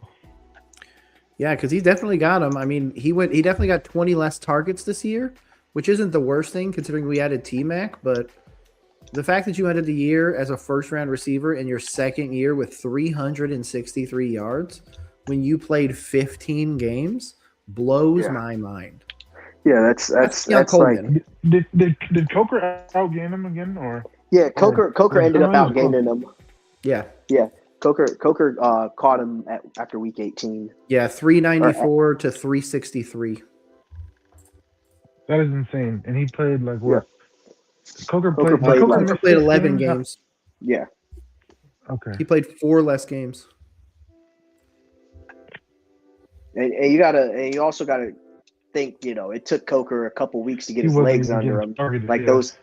Those first couple games, like he didn't really work himself into the game plan until week 10. Do you guys remember like Bryce was missing him on like what would have been touchdowns and like 3 of his first games he came back. Like I know vividly when he threw the interception versus Green Bay, Coker would have been wide open for a touchdown. Yep. You know But that's where I feel like it comes down to better coaching. Because how many times did we see that? How many times did we see moments where Bryce Young just openly missed guys? Not missed them by throwing them the ball. I mean, just didn't see them. Because there was at least 1 or 2 moments where Xavier did get open on a few plays, but it was just that ball would have had to been out on time, and he would have had to trust him. And that's why I feel like it goes back to that trust. I will say this to give, not to shit on XL completely. XL, he actually does get open down the field a decent amount, but Bryce's game doesn't match XL's game, in my opinion. Correct. I feel like XL would work better with a bigger armed, aggressive down the field passing. He would be better as a Buffalo Bill. Buffalo Bill, even a Titan. You know what I'm saying? Like somebody, that'd be a good one. Somebody who's like Bryce. He's been accurate down the field, but he's only throwing to those guys when they're wide open. Like he's not taking chances like Josh Allen or some of these bigger arm quarterbacks. I agree, and that's been one of my criticisms of him. Is like it feels like at times, like again, why I brought up the Jake Delhomme quote earlier. I feel like there's times where he just needs to stop thinking, and I understand that's the wrong thing to say, but I'm just mean it and like stop pretending like the next throw you're going to be benched, because I do feel like that still sits in the back of his head, and why we don't see him open it up all the time. Because you're right, he doesn't have the strong arm. He has to play on time. He has to put the ball out early. Just like that, I'm going to keep bringing it up. The 34-yard ball down the right side. It was like 6 games in, and Bryce hit T-Mac perfectly, right on the edge of the line. And it was beautiful. But if you go back and look at plays like that where he really hit these deep balls, that ball's out pretty much immediately. As soon as he can physically plant his feet, he's heaving that ball. So that's where I feel like, it's his best way to succeed. You have to trust him. And if he doesn't trust Excel, he's got to go. And that's where I feel like I'm at an impasse with Jatavian Sanders. I don't feel like he trusts Jatavian Sanders either. You just made a really great point. Yeah, because Bryce, when he throws the deep ball, is actually anticipatory. Correct. The ball's out like immediately. Right? So if XL's game is more predicated toward a quarterback who can wait until their player is open to then throw the deep ball, Yeah. I think that goes even more to my point that Bryce's game doesn't match Excel's. I agree. You just put me onto something right there. I didn't even think about that. Yeah, that's been my criticism of him the whole time. And when people were going after, what was it, a few days ago, going after Kurt Warner for criticizing Bryce in the Rams game, saying like, he's not planting his feet and all this other stuff, and he's got happy feet and the whole bit. I was like, that's been the thing that we've known since he started. Frank Reich didn't touch it because he knew that if he was trying to change the way that Bryce plays, that stops the Heisman. That stops the reason why he won that. That stops all that. That's not who he is. He's not a sit down, plant the feet, and heave it down the field. He's a, slippery guy that's able to get in there and get the easy balls and, hopefully make the right plays. But the problem is when it breaks down and he can't force it into those tight windows, then he goes to the check down. Then he goes to try and scramble and all this other stuff. And that's where I feel like the one thing that a lot of Bryce truthers ignore are the fumbles. We always see people bring up turnovers and all this other stuff, but Bryce fumbles the ball, half a fumble a game, basically, one every 2 games or so. I mean, he's averaging like 70 years, something like that. His sack to fumble ratio is I think it's the highest in the league. It wouldn't surprise me. I'm going to pull it up right now because I want to say he's had I don't even know if it'll be on here, if it'll do fumbles. Well, Cam Ward had a whole lot of fumbles too. Yeah, but no offense, Cam Ward in his first season, yes, I will agree with Zach's sentiment that he does have more power. So he's going to be able to put the ball in some more interesting places, like that ridiculous crossbody throw that he threw, like 70 yards or whatever it was. Like Bryce isn't going to be able to do that. But the fact that Cam Ward came into the Titans and put up 3,000 plus yards, like that immediately gives me a thing of like, why is Bryce not able to do that? Why is it always like, oh, well, Bryce needs, 2 first-round picks. He needs a great offensive line. He needs Jeremiah Love. He needs all these pieces in order to succeed. It's like, okay, so we're just trying to replicate Alabama, where he had far and above arguably the best team in college football. Or replicate the Lions. Yeah, like or a perfect one, Purdy with the 49ers. Everyone keeps giving crap to Purdy. That, they all have all pros everywhere. Well, what about it now? What about now that they're continuing to move on? Oh, you're good, Rob. Only way if we want to win a Super Bowl with Bryce, we're going to have to surround him with that kind of talent, unless he just proves to be, a Drew Brees type quarterback. But that's just something we haven't seen yet. And that's my criticism of giving him more weapons. Like, why would I give him more weapons when so far he hasn't been able to prove that he can get me 1,000-yard or 1,100-yard receiver and say a 900-yard receiver? This year was 1,000, and the person behind him didn't even break 400. Let me go to last year. Last year, obviously, number 1 was Adam Thielen, but he only had 615, and Xavier Legette had 497. And then 23 was Adam Thielen's 1,000-yard season, and DJ Chark 500. So he can't even sustain 2 even close to 1,000-yard receivers. So that's why I won't give him one, or I wouldn't vote to give him a first-round one. If you want to give him Ted Hurst, you want to give him a later wide receiver, I'm totally down with that. So, but you're right, and that means Xavier Legette's got to go. I will come in and I will counterpoint right quick. Out of those 3 seasons, yep. You said Adam Thielen 1,000 yards.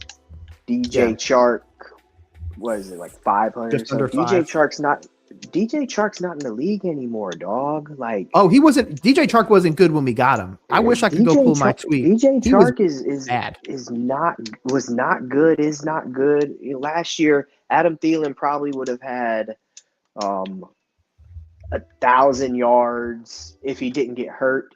He got hurt week 3. He missed like 7-8 games with a pulled hamstring or whatever it was. He would have got 1,000 yards again, most likely. Right. Still put up 600.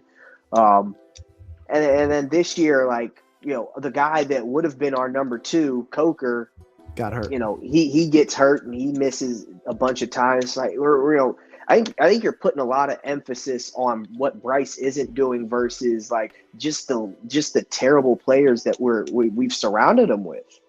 Like, I these agree. are guys that aren't in the league anymore. Like Jonathan Mingo, he's not going to be in the league in a couple years. Xavier Legette, he's trending that way.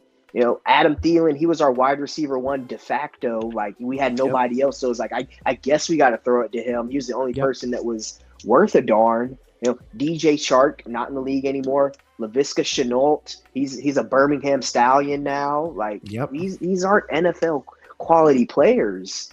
Even the Tennessee Titans, they have, like, their bad is still NFL quality bad. You're right. And you want to know the crazy part? T-Mac has 10-14 this year on 122 targets. The year that Thielen did it, he got 10-14 on 137. Sheesh. Let me say this, though, to Zach. What's up? The time when I was the most confident, like, I hear it all you said, but the time where I've watched Bryce Young play and I was like, okay, I'm watching a number one pick play, is when he was throwing the ball to Xavier Legette, Jalen Coker, David Moore, and Jatavian Sanders. Like, I think you just want to see a player. I saw him want to see a player. Talent, you know what I'm saying? You just want to see him elevate, and I'm telling you that that's not who he is. Like, I agree. We gotta accept, like, he's not going to be a guy that's going to turn, chicken shit into chicken salad. Like, he'll try and figure something out. Though. No, we didn't draft him to be to freaking to carry a bad roster. And somebody he is an out of structure playmaker. Like, but that doesn't mean he's gonna turn the worst wide receiver room in the NFL into a competent unit. I don't care what Tepper said. Tepper doesn't know. I don't care what Tepper said. I don't care what Tepper said. Tepper heard that from Scott Fitterer because Fitterer was trying to save his job. So we might have to save some money on wide receivers. He could still be a point guard, but it doesn't mean that he's going to turn the worst wide receiver room in the NFL into a competent unit. Like, there's only like 5 guys that can actually do that. Like, yeah. That's always been my criticism. Is people always think that like their quarterback's the next caliber player. Like, we're talking like a Hall of Fame, like immediately coming in and being a Hall of Fame caliber player. Like, shit, even Josh Allen, like, you're telling me, like, well, Joe Burrow's an interesting case, so I'll get back to that. But, like, even Josh Allen at first, like, they gave him Stephon Diggs. Like, okay, he had time with an elite wide receiver before they said, okay, we're gonna throw you out there with fucking Khalil Shakir and Gabe Davis, and you're just gonna have to figure it out, man. And Josh Allen also has that Cam Newton trait where he's just a massive human being that can run with the ball that Bryce doesn't have. So it's just like it's not a fair comparison in my opinion. Like, I think the Jared Goff comparison is fine. Like, not necessarily in the way they play football, but just I would be happy the types of Jared Goff's level. Well, and that's what I'm saying. Like, but like nobody complains about like at least Lions fans, like, nobody complains about like, oh, why do we have to give Jared Goff like these? Like, you're just like, oh shit, man, we got another weapon for Jared Goff. That's great. Like, why can't we why is it gotta be? Oh, why do we have to keep invested in Bryce Young's? Like, I don't understand why we have to be like that, man. Jared Goff for the last 4 years has thrown more than 4,000 yards and 29 touchdowns in every single season, averaging more than 65% completion rate on a pretty decent team with a 90, his lowest is 97.9 in the last 4 years. So he is arguably an elite quarterback. Right, but before Jared Goff knew what a McVay or a Ben Johnson was, Jared Goff was bad. Jared Goff has has 2 seasons where he gets close to 5,000 yards as a Ram. Right, with McVay. What was he doing with Jeff I'm sorry. Fisher? Yeah, you're right. McVay was there. Could you picture Bryce throwing for that even with McVay? I couldn't picture. I couldn't even dream. We don't know what we could picture with Bryce Young. We don't know what we could picture because he hasn't had McVay. He hasn't had what the Rams have. Like, it's like it's just You're not wrong, Zach. I mean, I don't know. Like, I feel like at some point though, this I goes watched back the to Carolina like Panthers make a playoff Goff game. is like a traditional drop back passer though. Like he's also 6'4". he's just a better passer of the football than Bryce will be, in my opinion. Even if he doesn't throw for 5,000 yards, like it's you can't really debate, McVay and Cooper Kupp and. Wait, what did Goff throw for this year? I'll pull it up. It was 40. I think he was 4,500, 34 touchdowns and 8 picks. 4,500, man. Even without Ben, like Goff is just a good quarterback, man. I mean, without Ben, but I mean, there's still Gibbs, J-Mo, Amon-Ra St. Brown. Like it's just, like we don't have that kind of infrastructure on offense to support that kind of. Yeah, man. Like I don't know. I'm not doing the Bryce Young talk this offseason. He's all right. I agree. Me, so he's earned it. I'm not going to criticize him this year, and I don't even think we should take a quarterback. I think that it needs to be. I think we should take a quarterback, but as a backup because Andy Dalton's gone. How late though? Whenever. I mean, whenever it makes sense. Like I've read several mock drafts where Malik Willis isn't coming here to be. No, he's going to get paid. Like, I'm out of the Malik Willis talks. Like that was probably like mid-season this year. Yeah. Like, okay, bring in Malik Willis to compete, but I mean, we made the playoffs. Like, I don't really see the need in shaking anything up. Honestly, like, continue to build this thing.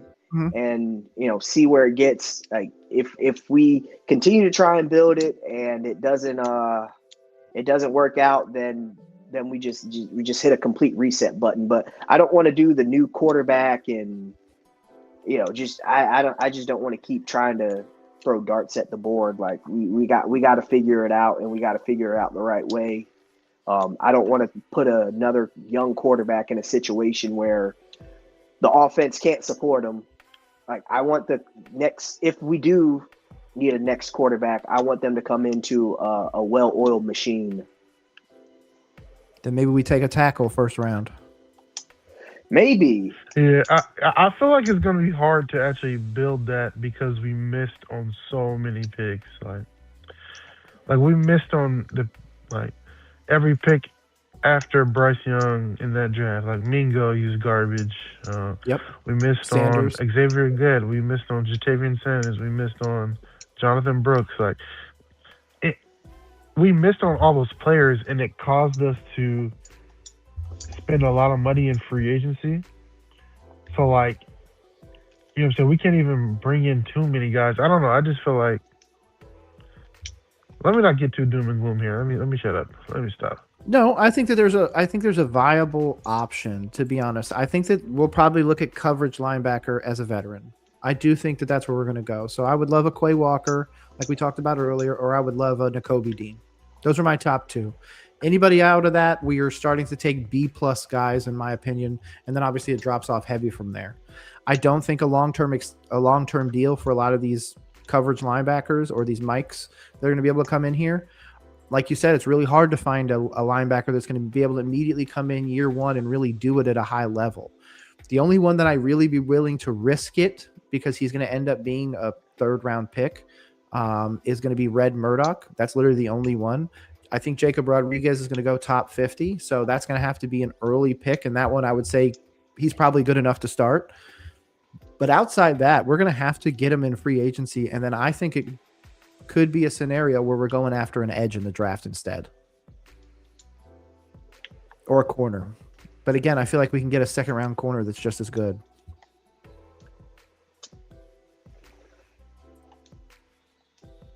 I just don't know about quarterback. Like, what are we looking at? Mateer, Aller, Carson Beck. I would take a late round flyer on a John Mateer to be a backup, honestly. But my question is, how realistic is that battle? Like, are you really going to make it a quarterback battle, or are you basically giving it Bryce Young to lose? No, why would it be a quarterback battle? Mateer petered off at the end of his college season. Like, he has, unless he's like some, combine freak or whatever. Like, I don't think wherever he would go, he gets brought in to compete for a starting job. I know, but they're going to have to go against each other in in the preseason, in training camp and all that. And what's the scenario? That's where my concern is. If we bring in a guy that's semi competent, a John Mateer, a Drew Aller by some crazy thing, and then all of a sudden we're in the scenario like Bryce does feel it on his shoulders, like, I can get benched. There is a guy behind me that's viable, because I think he knew early that Dalton was not that guy. Especially this year. Last year, Dalton still had some juice left. This year, he is not good, or was not good, I should say. Yeah. By the way, Brandon Miller just hit a beautiful shot. Really? Yeah, I got the Lakers Hornets game on. I don't think anybody not named Fernando Mendoza from this quarterback class is coming in and competing with even a Bryce Young level starter. Like, I don't see that kind of ability in many of these quarterbacks. Like, Drew Aller, he's kind of like a physically gifted guy. Yeah. With Dante Moore coming back, like, who is the quarterback too? I will stand on this. If Nussmeier didn't play this entire year injured, he would have been in QB1. I thought Nussmeier would do well, fine, but I think he's got. I think he would have a steep learning curve in the NFL, just because he's got that gunslinger mentality. He just had some elite throws that season prior. I don't disagree with this. My concern is that a lot of these guys are going to be more physically imposing, and I know that's an unfair criticism of Bryce. He can't change his height and all that other stuff, but what's the scenario where somebody comes in here and immediately hey, Canals really likes him, Morgan really likes him, he's carving up the defense and all this other stuff, and then Bryce has another stinker game. He's got a 2 fumble and an interception game, and we're like, hey, let's see how this guy does. And that's my concern. I don't want that for Bryce yet. If we're committing him to his 5th year, we need to truly give him the opportunity to lose the job. And now, again, skeptic. I think that would be giving him the opportunity to lose the job is if you do draft somebody. Thing behind him, though, that's like the minute you screw up, the minute it gets bad enough, we're going to go to this other guy. So what do we do for our backup quarterback? Probably bring in a Tyrod Taylor then. Do we just not bring in anybody? Like, we bring in a veteran, an older veteran. Yeah, veteran, like a Tyrod. Yeah, God forbid Bryce goes down. Like, I don't want to punt my whole season on freaking Tyrod Taylor. Like, that's. I know. Technically, at that point, just like you said, it could be a scenario where you don't trust any of them. I want to win 0 games. Yeah, I don't think like that. If Bryce is a season injury, number 1 pick me. Even if it's not a season-ending injury, like, let's say we start the season off 4-1 next year, right? Bryce goes down for 4 weeks, right? I don't want to put in Tyrod Taylor. In that scenario. Like exactly, we got to stop defaulting to the worst fucking possible case scenario. Like, not everything has to be a doom and gloom scenario. Like, what happens if we start off 4-1, Bryce goes down for 5 weeks, we put in Tyrod Taylor, he goes 0-4, now we're 4-5. Great. Now we're probably going to be in a situation where we win ourselves out of a top draft pick, and just give me the young quarterback that either is going to be ass or can spark something and maintain, but don't give me Tyrod. I know what I'm getting with Tyrod, and I don't like it. Okay, what about Daniel Jones? Because Daniel Jones is going to be coming off the injury. He won't be available until later. He's already 28, 29, so we're not going to be able to give him Nobody's going to give him 40 plus million, not even the Colts. So I think there could be a scenario where like, hey, come play here, and let's see what happens. If, you get through the 1 year and you look good, you look like you did with the Colts, maybe there's a scenario where we can give you an extension the following year. But hold on, Nick, you just talked about having somebody breathing down Bryce's neck. We'll definitely feel that if Daniel Jones comes here. Yeah, I mean, Daniel Jones won't be able to return to like week 8 though. Like he's going to be out the at least the first half of the season. So he would be a guy that you'd be able to bring in for, much less than you would have to pay anybody else. And especially because he already got the previous contract. I'm not sure if that expired this year, if it expires next year. It expired this year. So yeah, he's coming off of an Achilles tear at 29. Like, I don't know. My thought process was to bring him in there. Obviously, you're going to have to bring somebody to actually play the season. You're not going to be able to go in there with a quarterback on IR, so you would need another one. But I feel like bringing in somebody like that, somebody that's good, but not somebody that's going to, like, the minute something happens, we're like, oh, this guy's better. I don't think Daniel Jones at this point in his career is truly better than Bryce Young. He might be as good, but I also don't know what it's going to be like coming off of an Achilles. But I agree with you, Zach, about Tyrod Taylor. I'm not a Tyrod believer. I like Tyrod as a quarterback when he was, still in his youthful years. But I mean, he's 37, 38 now. It's just like I saw him with the Jets. Like I don't really need to see Tyrod Taylor in Charlotte. Like, I'm not gonna lie. Like, what about Dave's old friend Russell Wilson? I feel the same exact. I feel the same exact about him as I do Tyrod. Like I know what I'm going to get from him, and I don't really like it. Even as a backup, like you're giving him even $5 as a million? backup. Okay. Even as I don't want that. I don't. Well, he'd be a good leader.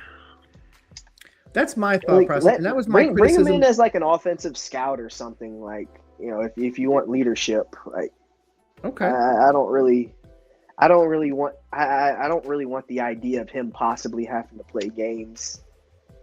And do you want to bring in like a Trey Lance or something, or? Oh no. I mean, Trey Lance is cool, but Trey Lance would be another. I see him kind of like in the same vein as I would see like a Malik Willis. Like maybe he won't necessarily push for being a starter, but I think. That's the kind of guy that I would have taken a stab at if I was, out on Bryce or close to being out on Bryce. Like like I said, I'm good with Bryce right now. Like, what about a Kenny Pickett? Work on what you got to work on. Kenny Pickett might not actually be that bad. He's not crazy imposing, so he wouldn't be somebody that like Bryce should truly have to worry about. It should be just an internal motivation, a true backup role. Yeah. I mean, I think that could be one that's, again, Kenny Pickett can win games. Let's not pretend like he's, dog water. The other one that could make a lot of people happy, Sam Howell. I think Sam Howell would get a certain part of the fan base a little too excited. I think that'll get a certain part of the fan base too excited for my liking. But he's only 25. Sam Howell's all right. I would prefer Pickett at that point just because, like, I think his brand of football is a little bit more safe. I agree with that. Like I said, like, ideally, like, the only time we would see a backup, like, hopefully it would be, like, a short-term injury. Like, yeah. So I'm thinking, like, okay, give me a guy that can come in for no more than, like, 5 games and just maintain. But again, that would have to require us to building a type of infrastructure, that can be maintained because, so far, I don't know if we have that. Like it's very specific to, Bryce doing what Bryce does when he's hot. Like it's really not an offense that I feel like we could drop almost anybody in and they produce. Yeah. You know what I'm saying? And that's my concern is like, even if we go grab a Drew Aller or let's go crazy if you get a Garrett Nussmeier, which again, he's going to go top 40. So that's not a viable pick, but any of those guys, I don't feel like it, even if you give Garrett Nussmeier this team, I don't feel like it really makes this team better. Like I feel like the investment it made in him could have been made in a better place. By the way, our Hornets are getting destroyed on the boards right now. We're already down 12. Sorry, I had to clear something. What was that? But no, if this was in Twitter Spaces, I'd be getting cooked. Why? Spaces isn't that bad. I can't do Spaces anymore because I don't have premium. Are you done? Well, you can do Spaces without the premium. No, you can't start one without the premium. Really? Yeah, it won't let me do it. You have to have premium to. Yeah. I tried to start it with this one, and it told me I wasn't allowed because I don't have a premium subscription anymore. Really? Yeah, they took away a bunch of stuff. Maybe it's a thing if you previously had a premium subscription and they just like getting at you for. But yeah, I've hosted Twitter Spaces before, and I've never had premium. Yeah, I was just trying it before this because I was like, oh, I'll throw it up on X or whatever and do that, but then it wouldn't let me, so I was like, whatever. Because I set up the whole thing for vertical as well, but I was like, nah. Speaking of, this Hornets game is going to go real bad. Who are they playing? The Lakers at home. They're getting killed by the Lakers on the board. Dude, they're getting murdered by the Lakers on the board right now. I just saw LaMelo take a one-legged fading three. That's his game.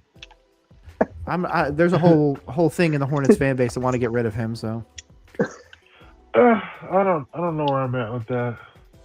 I'm not with that dude. He's 24. Earlier in the season, I wanted to get rid of him, but like a part of me feels like I'm kind of happy they're losing, but just for this last year, because if we got a defensive forward who could anchor our defense and provide some downhill. Y'all got Miles Bridges, man. Rebounding. That's Bridges all needs to y'all go. need. Bridges needs to go. Miles Bridges. He's a Hornet for life. They'll never get rid of Miles Bridges. If we get it like a Boozer or a Caleb Wilson, a Koa Pete. I don't know. If you want a defensive anchor, Boozer is not a defensive anchor.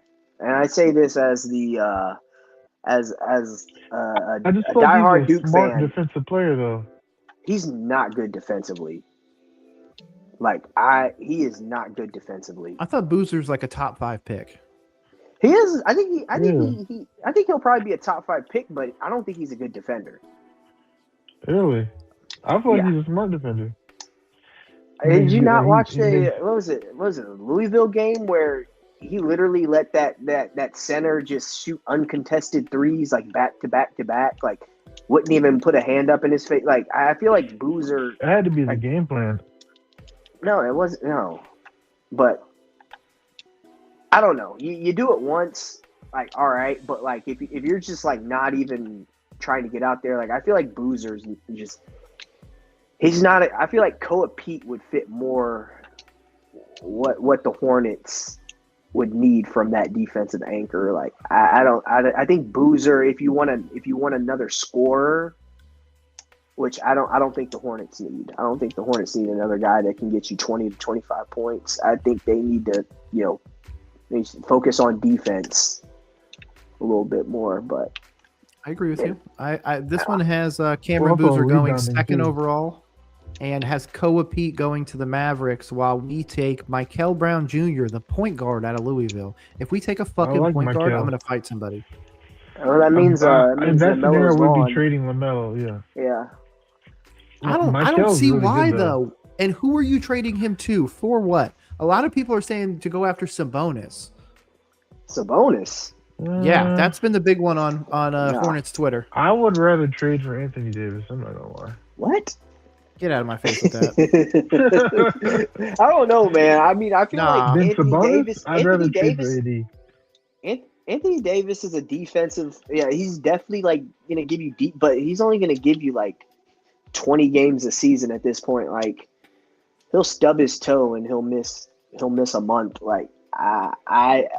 He should just retire, in my opinion, because the Mavericks are going to trade him, and he's just going to get bounced around from team to team until people just stop trading for him. That's why I think it would be cheap to get him. That's why it wouldn't even take LaMelo, I don't think. I saw an interesting one that was the Warriors finally getting rid of Curry, and Curry spending 1 year with the Hornets, and Kuminga being a part of that trade because Kuminga wants out now. I said we should get Kaminga, and then they cooked me on the deal. Because Now apparently he Kaminga, he's wants an out. athlete. I know he's an athlete. He's 6'7". He can play defense. I think And we're missing that four piece, that four spot. he'd be the four. Right. Yeah. I think he'd be good on it. And then we'd just be missing like I like the center rotation we have, but I feel like if we add like a truly like plus starting plus level center, that's when we're getting into like top 8 seed in the East. I agree. Yeah, because this year we're definitely not going to make it. They're gonna be lucky to win, 30 games.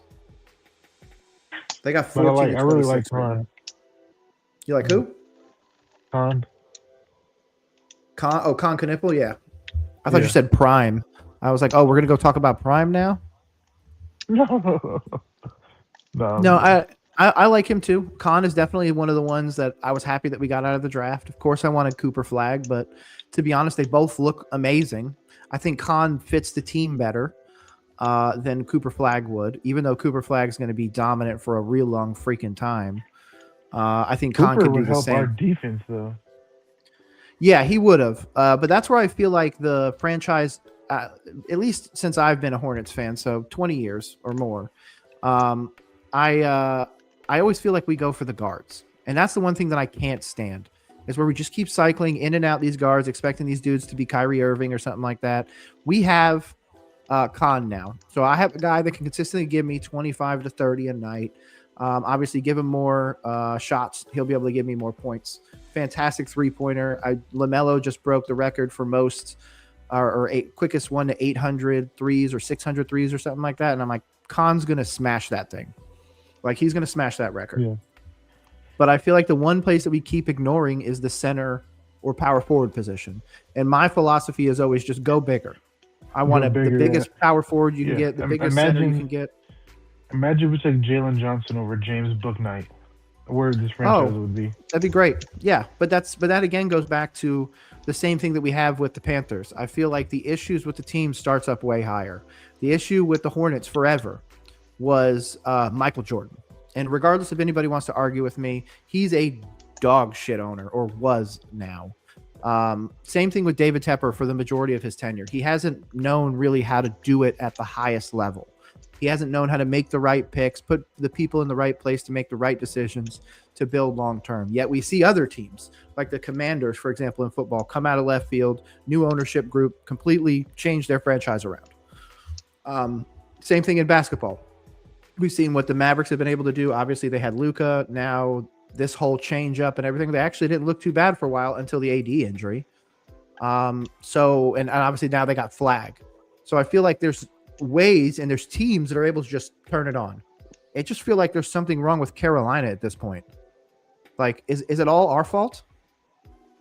I think when you do something wrong for so long, it's harder to, do a hard reset. Like Washington, did they really turn their organization around, or did they have like a Linsanity year where they, played an easier schedule and, got the jump on certain people? Because I feel like the Jay injury hurt them a lot. It did hurt them a lot, but even when he was playing, like, what were they doing? Like the rest of the team didn't really look that good. Like the defense, which is, Dan Quinn's, specialty, they definitely weren't flying around like they were the year prior. I think, I think they had a good year last year. I think they regressed. Injury played a part in that, but I also think they weren't able to get the jump on as many people as they were able to. So, we'll see what they do this year. Cliff Kingsbury's out. I think that'll be a big deal because it didn't seem like a lot of people in the building were expecting that. So, we'll see. But and Dallas, I think Dallas kind of got bailed out by getting that number 1 overall pick, because I don't think AD and Kyrie would have been a sustainable a sustainable 1-2 punch. You know, both of those players, they're kind of injury prone and unreliable at this point in their careers. So I think them getting that first overall pick kind of bailed them out from looking a lot worse than what it was. And that GM still got fired, and rightfully so. But hey, Vanderbilt and Con Knippel just got into it, or Kalkbrenner just got into it on the sideline.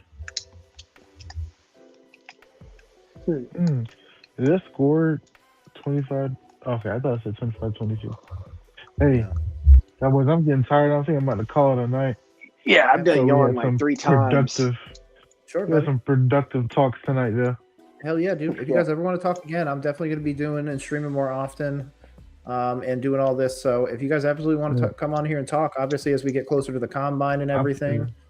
I also have access to all the I think too. college footage. So if you guys ever want to watch the college footage, I can put it on screen. How about we this will probably be like an idea closer to the draft, but how about we run a mock and then we explain the picks. Hell yeah. Why we picked those players when we picked them. Hell yeah. Yes, especially as we get closer to the combine, because then we're going to know a bit more about free agency, about what the team's going to do. And if it's Adelpha Owe or if it's Nakobe Dean, I don't know, but I definitely want us to go out there and do something linebacker edge. I think Owe stays in LA for what it's worth. I agree. And I don't think Quay Walker is going to make much of a move, because I do think the Packers are going to try and keep him. But I don't know why, because he's going to need $10+ million. Yeah. So he might be the one we might have the option. Oh, what a great little pick and roll there, Kalkbrenner. Oh, it's going to be a good night to watch my Hornets lose. All right, man. I appreciate it. No, man. I appreciate both of you guys. I know you guys both work. I know you guys are both busy. I sincerely appreciate you guys taking time out of your night. Yeah, no doubt. Absolutely, man. Have a good rest of the night. Thanks. You as well. Yep. Okay, so now we are going over to the Hornets. Let's pull this thing up. Oh, shot by number 7, the Lakers. I think might be a tiny bit behind. Man, this looks good so far. This looks good. Okay, he's holding it. This Hornets team is struggling on the boards this game. Sion. Oh, yep. Thank you. Jump ball by Luka.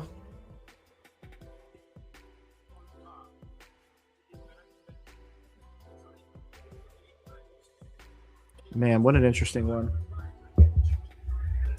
Hopefully you guys are excited for this one as I am. The Hornets are obviously a team that, to be honest, I've loved for years. I don't know why this team is currently where we're dealing. Yep, I obviously love that shooting foul. Appreciate you, Grant Williams, for making those free throws. I'm definitely a few seconds behind in my stream over to the left. Got it off screen because unfortunately I can't show you guys what it looks like or the audio apparently. So, oh, okay, here we go. Josh Green enters for Colin Sexton. Brandon Miller enters for Kalkbrenner. Interesting. 3 guards, 2 forwards, no center. I don't know if I necessarily love this lineup, especially against this team and how we've been getting out-rebounded. Maybe it's just me. Are we not getting out-rebounded right now? Let's pull it up.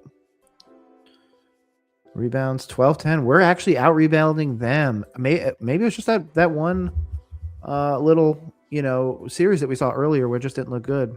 Oh, there we go. Within 6. 22. Offensive rebound. Come on. I think it's really interesting. JJ Redick, obviously John on the sidelines, or I should say on the side of the court.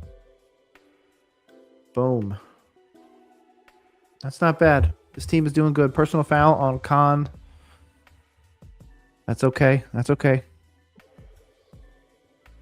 He does have 2 fouls, it looks like, right there.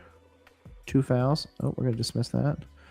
Don't need to see any videos for this one. We just want to keep a focus on the game. Let me see if it'll refresh and go away. There we go. Don't play this. I don't care about this.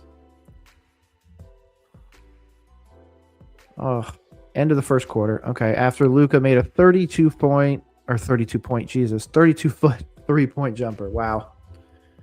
Well, I'm about to watch it on my screen. Here we go. Takes it up top left, slowly dribbling it up. This reminds me of PG in that playoff game. Takes a step back. Man, what a shot. Oh, my God. That was bananas. And he waited so long. Our guy didn't even get the ball off in time. That's killing me. Could have made the pass. Oh, well. Let's get this first quarter over with. Let's see where it goes from there. 30-39 is not a bad one. We were down 12 before, so we've cut it by 3. They have been shooting fantastic. I mean, it's Luka, LeBron, Rui. They've got a team out there, and obviously we're playing at the Lakers, so there's a little bit of a different vibe there. I do like, again, what we're doing so far. I thought we were getting out rebounded, but apparently I am wrong. Again, let's go to those team stats. 30% from 3. The one-legged three-point shot does not help us, LaMelo, so don't love that. But, hey, 52% to 56, not bad. 3 of 3 versus 2 of 4, so we got that. 12 and 11. We are just not getting the offensive rebounds. Obviously, we're losing at 3 to 4, but those defensive we have got. Distributing the ball more. Blocks. I mean, the 3 turnovers doesn't help, and we've conceded 8 points off of those turnovers. So if we had that, it'd be 31-30. That'd be pretty solid right now, but obviously right now their biggest lead 13. Our biggest lead was 3. So let's just hope and pray that we can, come out in the second quarter. And, that's the point shaving scandal that everyone's talking about. Absolutely bananas that people were caught sports betting. You're going to get banned for life. I hear it's a Chinese thing. Maybe I could pull it up while I do this. Let's see. I'm trying to see if they have the DOJ thing for the betting scandal. Maybe it's on the main. Nope, I don't see it. It should be. Oh, here we go. College point shaving. So while we wait for the game to come back, let's pause this. Okay, a college basketball point shaving scheme involving more than 39 players on 17 NCAA Division I teams resulted in dozens of games in the previous 2 seasons being fixed by a gambling ring that included a former NBA player, according to the federal indictment unsealed Thursday in the Eastern District of Pennsylvania. That is bananas. Are they going to name the players? Schools named. Oh, they're smaller teams. Oh, so I'm assuming they were doing that to try and not get caught. Okay. So schools look like down here, Abilene Christian, Alabama State, Buffalo, Coppin State, DePaul, Eastern Michigan, Fordham, Kennesaw State, LaSalle, New Orleans, Nichols State, North Carolina A&T, Northwestern State, Robert Morris, St. Louis, Southern Miss, and Tulane. 20 of the 26 defendants played college basketball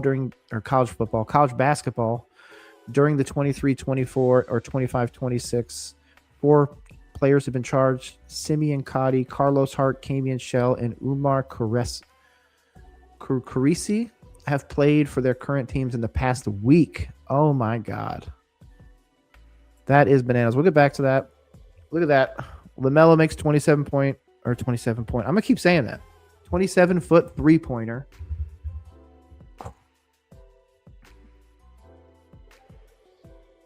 What was that?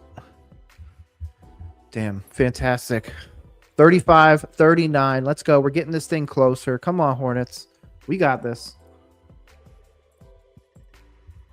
Speaking of, if you guys want to come on here and talk, about anything, I will make sure to put it in the comments. So if you are on YouTube and you want to come over here and you want to hang out, you want to talk some Hornets ball, there we go. I just put the link in the description. Hold on. Let's delete this. Boom. Oops, it wasn't on there. So there you guys go. If you guys want it, it's there. Come on. I'll bring you guys in here. We can talk some Hornets. Go from there. Obviously, this game is at least close. This is what we like. Looks like they just subbed out Rui. Marcus Smart enters for Gabe Vincent. LeBron loses it due to a turnover. So obviously, we've got a little bit of momentum here. Hey, 35-39, I would have taken it 100%. We're competing at the Lakers. Let's go, guys. Let's not go back to that. We'll go back to that later once we go to a TV timeout or something like that. Again, I'm super excited for the season. 14-26 might not say that. 7-14 away for our Hornets, but doesn't matter to me. We are here. Hive mentality every night. For the rest of the season, I commit to you guys right now. If you're watching this live stream, you get my commitment. January 15th and moving on, every Charlotte Hornets game will be streamed right here on this channel. So if you are wanting to watch some Charlotte Hornets basketball with me, have a discussion, see where this team is going, make sure you guys check me out. Again, I'm going to be streaming during all the games. And at some point, I might even start streaming during Duke games. Big Duke fan here. And then obviously my Carolina Panthers just ended the season. So we have definitely got some opportunities coming up. And then what else do we have? We got the World Cup coming up. Definitely going to be streaming those games for sure. Hopefully you guys are going to come by for some World Cup talk. Going to be seeing a lot of the games. Obviously, there's a lot going on. Oh, man, it's a packed year. The Olympics and more. Obviously, like I said, we are also... Let me edit this. Hold on. Hornets. I'm going to change the names of these to make it easier for you guys. Boom. Hornets v. Lakers Live is what the stream is now called. So if you guys want to come by and check it out, we have since moved on from the Panthers talk. We are talking all Hornets the entire time. Again, we're at a TV timeout. It is a full timeout, so we can continue on our article that we were talking about earlier. It looks like the allegations against Hart, Schnell, and Carisi stem from their previous schools, while Codel's alleged incident occurred in the 23-24. None of the allegations were from this season. Eastern Michigan said in a statement that Hart has been suspended from all team activities pending the outcome of the case, while Kennesaw State announced that Cottle has been suspended indefinitely from team activities. Cottle was the Conference USA preseason player of the year for Kennesaw State, is averaging 20 points per game, scored 21 in 5 in the final 8 point. I'm sorry, including 5 in the final 8 points of the game in the Owls win over Florida International on Wednesday. Authorities described 5 defendants as fixers who recruited players to participate in the scheme and offered bribes ranging from $10,000 to $30,000 to intentionally underperform. The bettors then placed and won millions of dollars in wagers on fixed games, according to prosecutors. At least 2 defendants, Shane Henneman and Mars Fairley, were also charged in a federal indictment in the Eastern District of New York centered on gambling schemes in the NBA. 3 of the other alleged fixers had connections to college basketball. What an insane moment for college basketball. Obviously, this Simeon Cottle kid, wow. 6'2" senior, solid stats, top 30 in scoring, and all of that's gone now. Like, you're going to go to jail, man. That sucks. That really, really blows for you. Could have been playing on my Carolina Panthers, my Charlotte Hornets, but nope, not no more. Obviously, we can see what just happened. We got a B-Mill miss. We got a Josh Green miss. We got a LaMelo miss. Does look like they got the defensive rebound. I hate that, but, you know, is what it is. Oh, this was earlier. Nope, it's not going to show it. Dang, I was hoping it would just do it on the side, but it didn't. Brandon Miller blocks LeBron. Oh my God, I just saw that horrible 3 by LaMelo. Do not shoot that, LaMelo. Do not shoot that from the right side. Try and get a better. Okay, goes to B-Mill. Fakes. Oh, that was almost great. Oh, LaMelo gets the rebound. Oh, that's Green. Oh, man, LeBron. Oh, I just saw the block on LeBron. What a sick block. Oh, my God. Okay, this must be where B-Mill turns it over. Like I said, my stream is about 5 seconds behind. He's driving right. Oh. 10. Here comes Green. Oh, there's that offensive foul. Yep.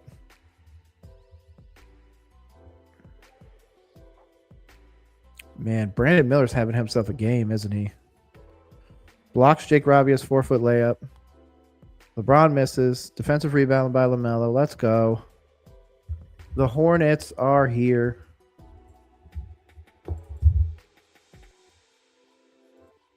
Should I just put this stream in the comments? What do you think?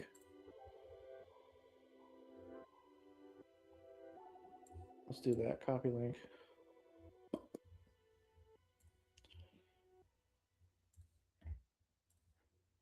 So obviously I appreciate everybody coming out. I appreciate Zach's time. I appreciate Rob's time coming on, talking some Panthers. And look at that. We're within 4, 37 and 41. Kalkbrenner misses. Man, he's been so good this year. He's like 80+%. He does not miss on a regular basis. I say that, but he's probably like, what, 64%? I just always feel like those guys down low just can get him so easy.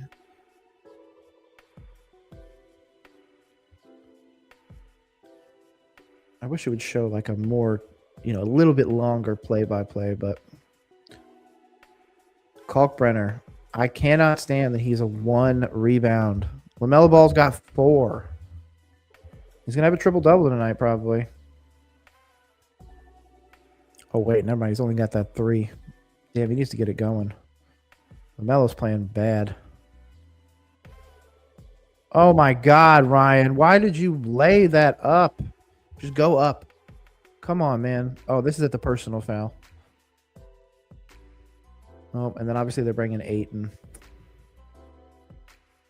Yeah, look at that. He's under both of them. He's under 18 and he's under LeBron. And he just tries to lay it up. What is that BS, dude? You're a 7+ foot center. Take it down. Go up with that thing, man. Don't be scared. Is it just because he's a rookie? Again, I genuinely believe he'd be really good in the NFL. I'm going to keep saying that. But I really feel like we messed up by not taking Zach Edey the year before, but whatever. We'll keep paying for that. Okay, come on, Bridges. Stay on Braun. Good. Also, again, why is Green going up for the... Is it Jalen Green? I always get it wrong. Josh Green. Josh. I don't know why I always want to say Jalen. Look at that. Come on, Kalkbrenner. Really bad pass turnover. Come on. That was really bad. Obviously, we're going to the full timeout. Man, this is killing me. Either way, I appreciate my Hornets for coming out. Obviously, this is a long time coming. Oh, yeah, that's why. B-Mill wasn't moving, didn't set his body right. He deserves that foul. LeBron's going to go up there and sink these free throws. No problem.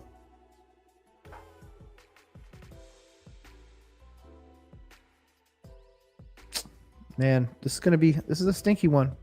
I'm not liking this so far, but either way, man, these Hornets, we're getting it done. We got to grind these games out. Again, we already got Miles Bridges, 11 points, 4 of 4, 3 rebounds, 1 assist. Brandon Miller, 6 points, 3 of 7, 2 assists. He does have the 2 fouls, though. LaMelo, man, that one-legged 3, didn't love that. But, hey, man, 3 points, 4 rebounds, 4 assists. Definitely keeping us in this by being an active defender, active rebounder. He is our leader in rebounding on the team at this point. When you go to look at the Lakers, obviously they got Ayton with 4 rebounds. Marcus Smart's got 2. Buffkin's got 2. LeBron having a pretty quiet night. 5 points, 2 of 6, 1 rebound. There's more that we could be doing now, genuinely. This is not a scenario where we should be slacking off. And especially a game like this, we need to take it seriously. These simple games against the Lakers, again, 24-14, yeah, they got 10 more wins than us, but it's not because, they are just genuinely blowing folks out. They're winning these tighter games. It's a 4-point game. This isn't something, where the Hornets are just not in it. We're in it. We're able to stay in it because of guys like LaMelo Ball. I don't understand the criticism of why we want to get rid of him. People can argue with me till I'm blue in the face. I don't really care. I just don't think it's a scenario where we need to go out of our way to trade him. He's not some cancer in the organization. He's not making this team worse by being on it. Anything like that. Genuinely, we are we're just figuring it out. And I think he needs to be a part of that long-term build. I don't love the idea of us going out and getting another point guard. I mean, NBA mock drafts have us taking a point guard. I don't understand it. We need a power forward. I need a better center. I need maybe a more physical center. Maybe that's what I'm asking for.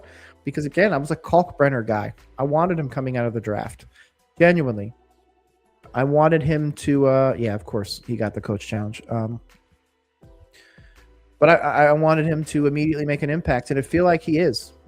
But is he as physically imposing as we really wanted? That's not going to be a now thing. Maybe Kalkbrenner in a year when he puts on more physical weight, puts on more strength, gets into more of his adult body. Maybe that's an opportunity. But in the meantime, Kalkbrenner is not going to be able to dominate these games. He hasn't been able to dominate one pretty much all year. He's had his moments. You know, he has some solid ones. I want to say he had the 25-point game? I'm probably not even remembering it right. I could have swore he had a game where he actually at least had some solid points. Maybe I'm not remembering it right. Why doesn't it give me there we go, game log. I'm sorry. I must have been smoking crack. Oh, it was 17. I'm sorry. 17, yeah. Against Orlando. That was his big game. 17 again against Milwaukee. But again, look at these rebounds. 9, 7, 4. I'm sorry, bro. You're a 7-1 center. I need you to do better. There's no reason why this team should have a center with 5 rebounds. Come on, man. Obviously, LeBron made the 2 free throws, bring it up to a 4-point game still. Personal fouls, and then that 2-point shot as LaMelo assists. LaMelo now up to 5 assists, 4 rebounds. That should be his 5th rebound, I thought. I thought he had 4 and 4 earlier. It's saying he got another defensive rebound, but it hasn't loaded on my stream to my left, unfortunately. Which obviously I hope one of these days I'm going to be able to put it on screen for you guys. Oh, he dumps the ball out to Bridges. Bridges goes in. Tries. Oh, that was a beautiful shot, man. That was the assisted one. Wow. Okay, we got the Marcus Smart defensive rebound. God, LaMelo, 6 rebounds, man. What the hell? Here it goes. This is the miss. He's going to shoot it. Yep. Wide miss. LaMelo rebounds. Heave of a pass to Bridges. Oh, what a catch, Brandon Miller. What a freaking catch. Sorry, I got that a little too close to my mouth. LaMelo is cooking right now. I said he'd have a triple-double. He might have a triple-double by freaking halftime. Good Lord. LaMelo, shout out, 7 rebounds, 7 assists, 5 rebounds. Holy crap. Didn't think LaMelo would be the leader on this. Boom. There it is. I finally saw that 1-foot dunk. Damn, that thing was nice. Good job, Bridges.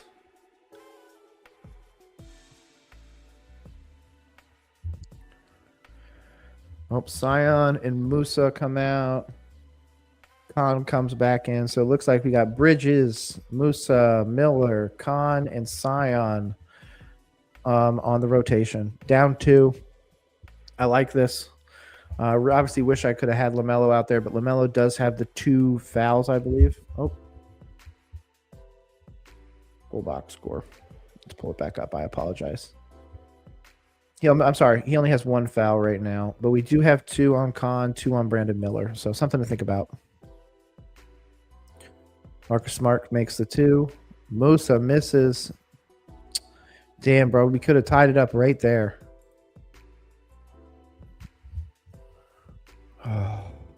Okay. Jake misses. Musa, let's go. Let's tie this up. Let's tie this up. I can't believe right now I'm watching the recent plays rather than watching the TV. Let's go. We got a 3. That's what that means. We got a 3. Let's motherfucking go. Who shot it? Okay, come on.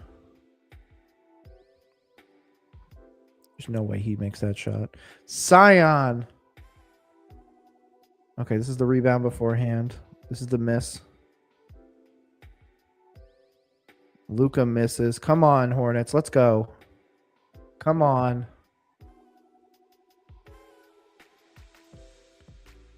God, once Musa came out there, you immediately see the difference, huh? 2 rebounds right out quick. Miles Bridges ends up with another one. He's another one having a good game. As much criticism as I have for him, he has been playing absolutely fantastic as of late. Ooh, that was the Sion 3. What a shot. Good God. Oh, but it looks like Luka got the foul. Luka's got 2 fouls now, too. Oh, Brandon Miller misses. Miles Bridges rebounds. Come on. B-Mill. Let's go, B-Mill. Up 4 now. That's how quickly it turns.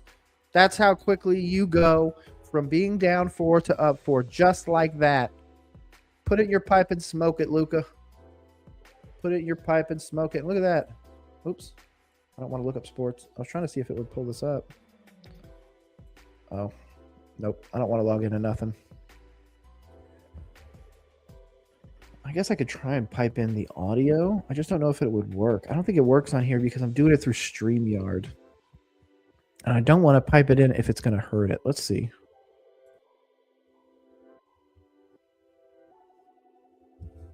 Let me see. Can I pipe in the audio?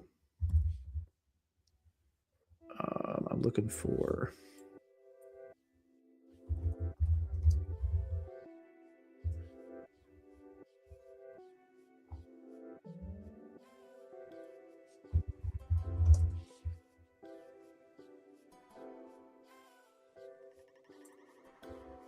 Will it let me listen on here? Nope. It's a Hornets app, or I need SiriusXM for home games, NBA League Pass audio, or TuneIn Premium.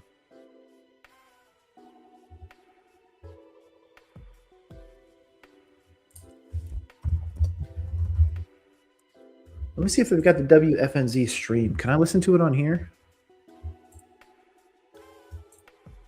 Nope, they're playing music. I was hoping they had the actual thing where we can listen live, but no, it doesn't look like I'm going to be able to get it up, at least. SiriusXM wants me to pay. I'm not paying for Sirius. I never use that shit. Yeah, it's $9.99 a month for Sirius. I'm good. I wonder, though.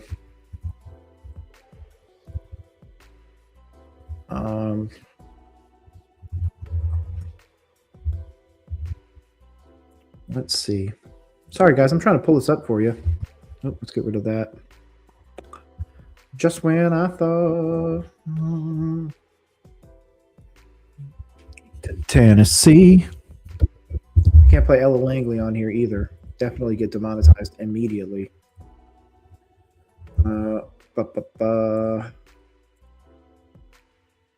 Stream East. Let's see if it'll work.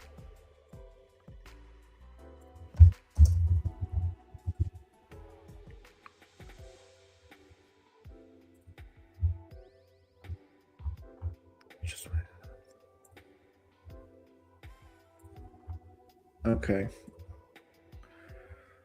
Sweet. I might actually be able to get it on here, and then I could at least pipe the audio in. Allow.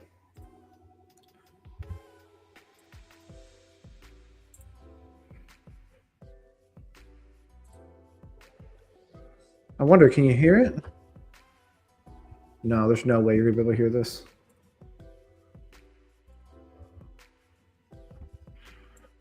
Boom.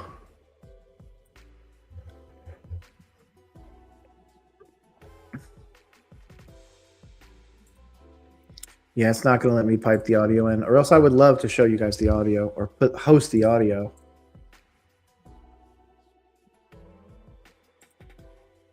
Huh. Yeah. I'll have to try and figure that out for next time. If I can somehow get the audio in, I will.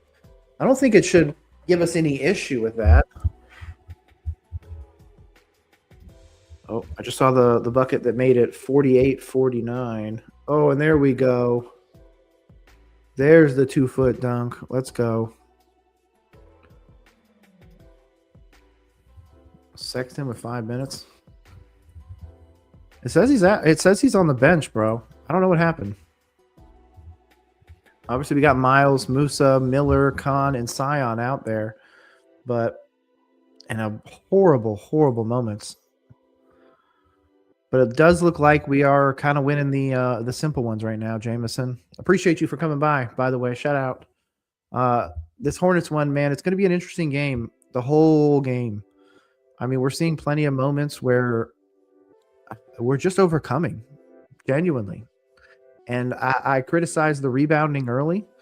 I don't know why I did. Maybe I just said it too early, genuinely. Because we've got multiple guys with 5+ rebounds. The other team has one guy with 4. They're just hitting shots. Luka's got 19. Ayton's only 2, but he's only 1 of 4, 2 of 4. I mean, 1 of 3. Gabe Vincent's the one really, struggling right now. But over on this side, 2 of 4, 2 of 5, 3 of 4. Bridges hasn't missed. He's perfect. 6 of 6. What a horrible miss by Rui. Holy God, that was bad. This has got to be the 3-foot hook shot. Yeah, that's it was. Okay, cool. Moose is going to make one, and then Gabe is going to commit another foul. I thought he had another one already. I'm sorry, that's his first foul. And yeah, no Sexton in the lineup yet. He might get checked in here soon. I would expect some sort of thing, maybe down this stretch, to maybe sub in Sexton. I don't know. This is honestly isn't bad right now. LaMelo seems like a more active player, but with the rebounding advantage with Bridges and Khan out there, and then to be honest, Musa back out there, I don't think you really need to. You're up 7 now. We were just down 12, and now we're up 7-5 now. But still, we're able to compete in this game. Guys are hitting their free throws. Let's keep it going.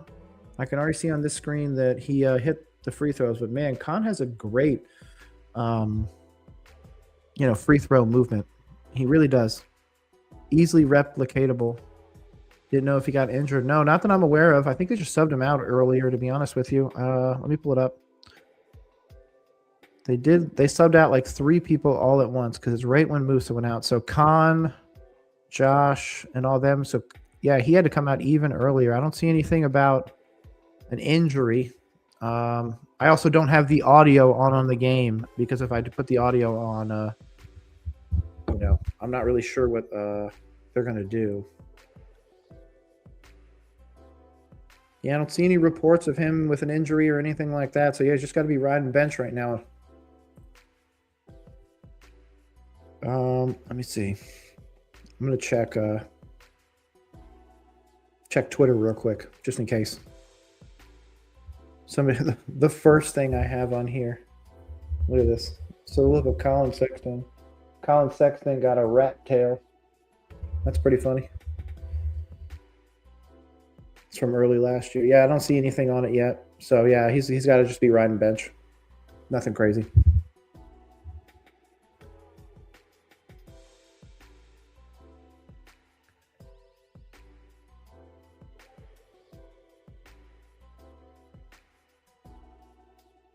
Yeah, dude, we're killing it. Look at that. We were down 9 earlier, 30-39. Speaking of, shout out.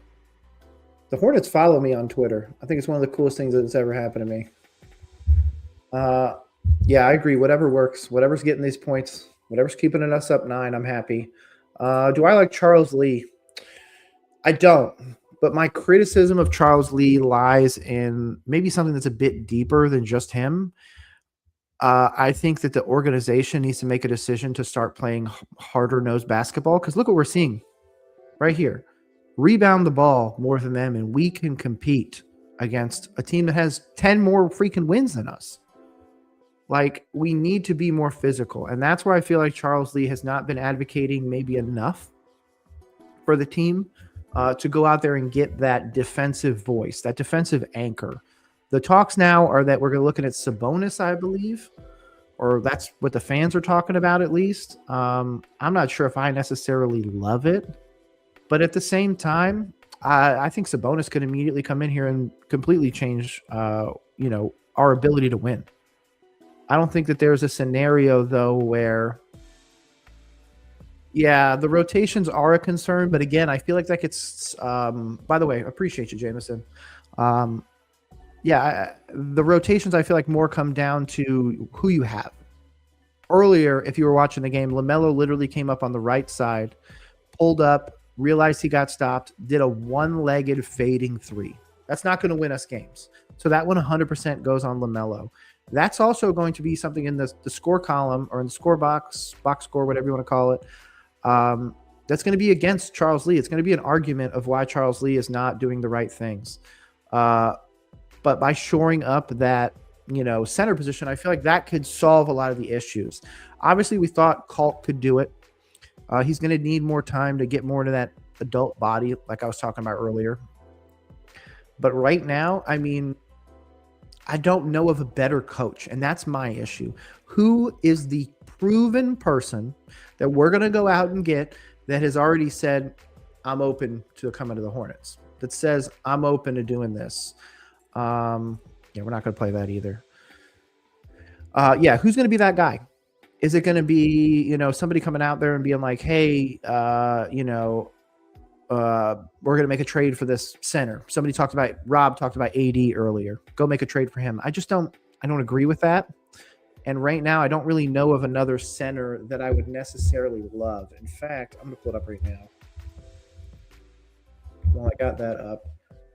So when I look at centers, obviously Nikola Jokic and all that, there's a bunch of guys you can go out and get. We've had a Yusuf Nurkic. We've had stuff like that. But if it comes to points, I mean, Kalkbrenner's scoring less than 2 points under Yusuf Nurkic. I mean, it's not like he's doing anything crazy. I feel like the issue we have is the rebounding. I mean, Kalkbrenner's only averaging 3.6 a game. I'm sorry, that's field goals made. I don't know how to read. Jesus. I apologize. Kalkbrenner's averaging 6.3 rebounds a game. Nikola, obviously, 12. We've got about 10 guys. Oh, Nurkic is averaging 10 rebounds a game. So, yeah, that would be a massive upgrade with that. But a lot of other guys. I mean, Chet Holmgren's only averaging 8.4, but the idea that his 8.4 rebounds makes him less of a center than, say, for example, Yusuf Nurkic is not true. So it's not just the one rebounding stat. I feel like it's the amalgamation of their defensive contribution, and not just that, but their willingness to be active defenders and also compete for rebounds. But yeah, I don't know who's the right coach to bring in here. Who's the right guy to be like, hey, this is the decision that we should be doing. This is the right guy to fix this. And I don't know if he's out there. Not without another retread, not without us truly just giving the franchise to somebody that, maybe couldn't work it someplace else and hoping he can do it here. So I have a little bit of a concern about that. I would be more interested in going and getting a college coach right now than doing like a JJ Redick style retread. So yeah, that's my thoughts on Charles Lee in general. Who is the better person? Who's the upgrade? Let's see. I'm trying to see 2026. I guess I'm looking for free agent coaches.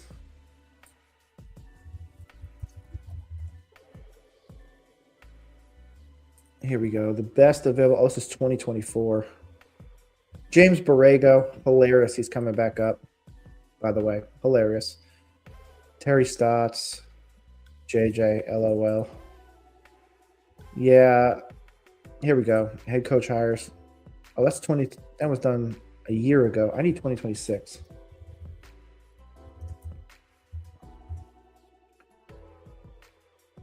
No, I need it 26, 27. Yeah.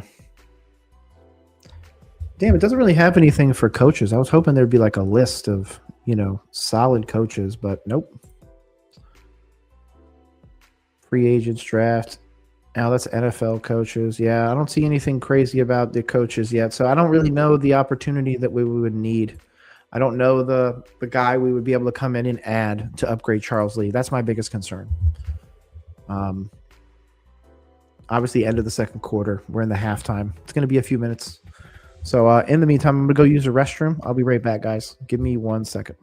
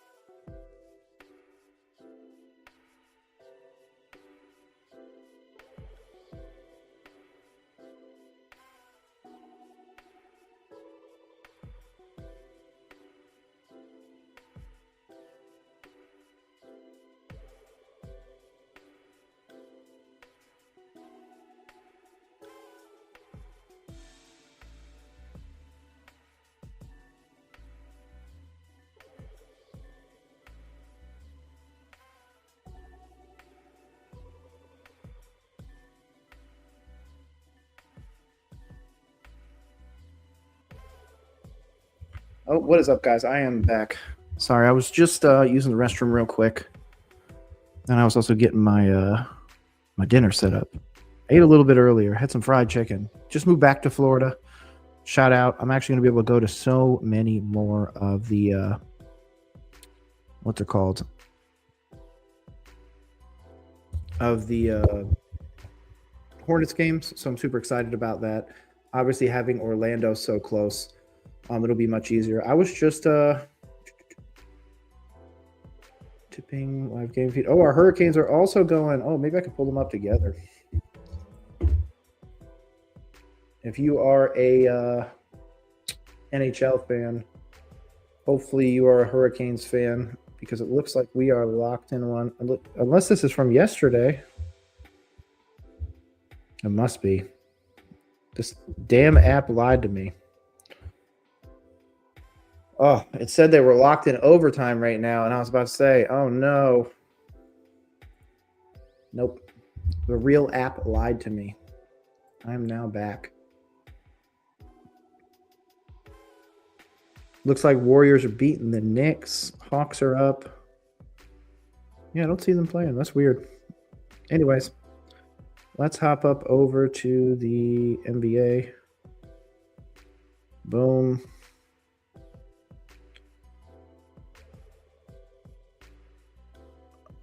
Submit. I'm definitely did my first thing on Real. Shout out to the guys at the Real app. I finally did it. Let's see. I definitely just took the live spread of Chicago by Charlotte by 3.5. Definitely going to take that. Definitely upgraded that karma as well. Over under 237.5. That's pretty solid. I would say I would go the over right now. Seems like the easier, but 237. Yeah, it's going to be over. And I'm probably going to take 11.5 assists on LaMelo. I mean, at this point, what is he at? Let's go pull this up. LaMelo's got 3 points, 7 assists, 5 rebounds. So we think he's going to do that again in the second half. Another at least 5. I would say so. I would go over. I'm going to go over on the no, I'm not going to bet an extra 50. Okay, I'm cool with that. So there we go. I joined the Real app, watching the Hornets game on it as well. So shout out to him. And yeah, I'm pumped for this, man. I'm pumped for this season. I wish I could have streamed a little bit earlier, streamed a little bit more of this season. Again, I'm a Hornets fan first. I was definitely a Hornets fan before I was ever even a Carolina Panthers fan. So the Hornets will forever have my heart. One day we'll have a neck tattoo of the Charlotte Hornet directly on my neck. We'll put it that way. That's how much of a fan I am. But again, we are at least competing tonight, so I'm happy. Also hilarious that they posted, sorry, you can't go to bed yet. 64.55. Very happy about that. Very, very happy about that.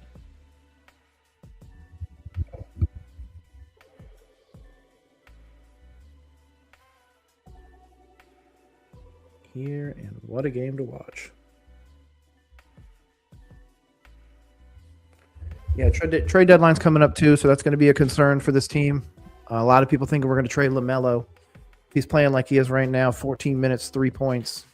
I mean, it's not really a guy that you want to pay, 50, 60 million a year, but I mean, I guess what else can you do? He's contributing in every other place. Assists and rebounds, dude is all over the place. He only has the 1 foul, but he is -2. He's the only person in the main. He's the only person on the team with negative point value right now. So -2.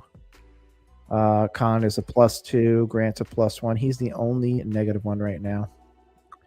Bit of a interesting moment for him. And then obviously on the other side of the ball, the Lakers. Rui's -11. Good God. It's probably because he's been going up against Bridges. It's got to be. Bridges and Miller. Man, game should be kicking back off soon. What's this? Jordan Walsh. You know what? Screw it. We'll see it.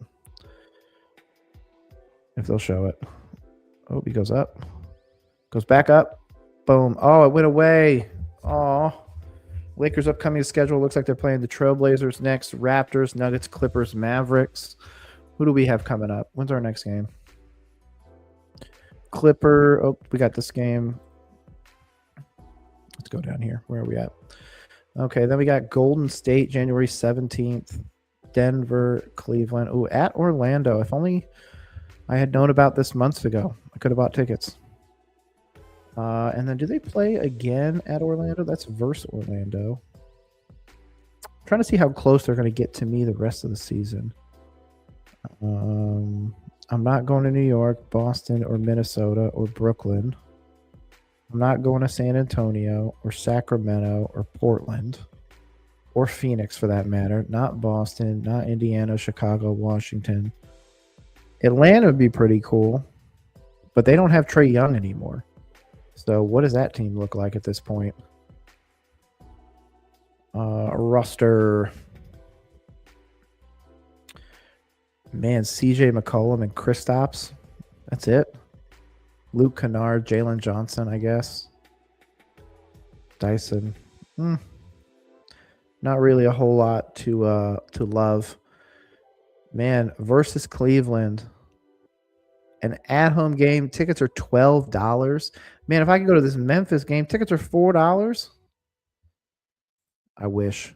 I freaking wish. $10, $12, $14, $15. I would go to all of these games. Hey, Hornets, if you hear me out there, with these ticket prices, If there was a way I could be at every freaking game, I would. Even the Miami game, $13 for a ticket. But it's at home. That's why. I would need 2 tickets. Yeah, bro. $16? $19? You're crazy. I'd want like 201. Damn, that's a pretty nice seat, to be honest with you. Yeah, that might be pretty sick to go to. I'm definitely going to have to make my way to a home game here soon. I'd like to plan it at a time where I could maybe be up there a whole weekend, go see a Hornets game, go see a Panthers game, shoot, maybe get lucky and see a Duke game. At Houston, at Dallas. Yeah, it's at Memphis, $4. That's crazy. It looks like it's actually 6 is the lowest that you can get right now. 205. Bro, that's a perfect seat. I would be happy. $5 and includes a $3 delivery fee. So the ticket is $2. Right? Let me make this a little bigger. Yo, I got to take a picture of this.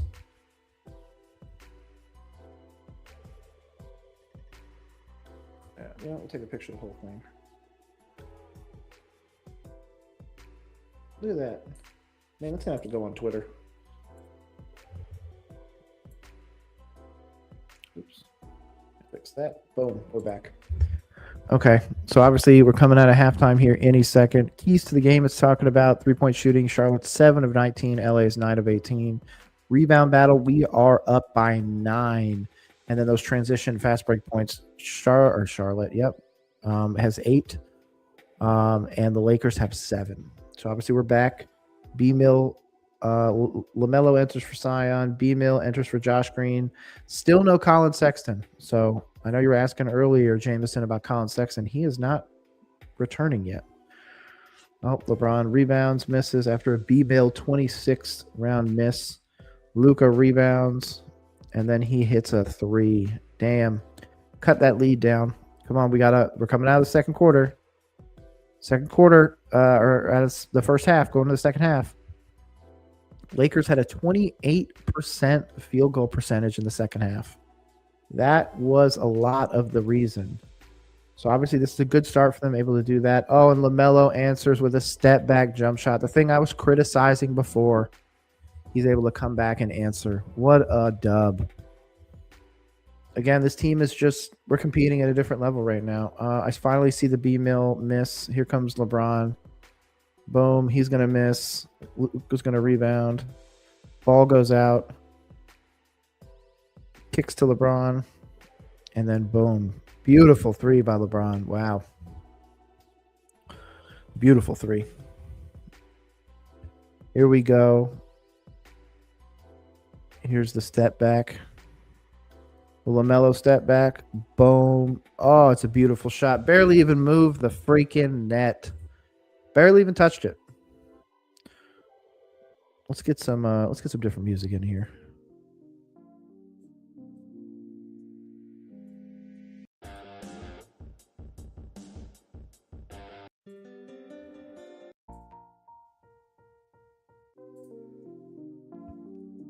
Yeah, we'll leave this like that is. Let's go. Okay, here we go, LaMelo. Miles Bridges.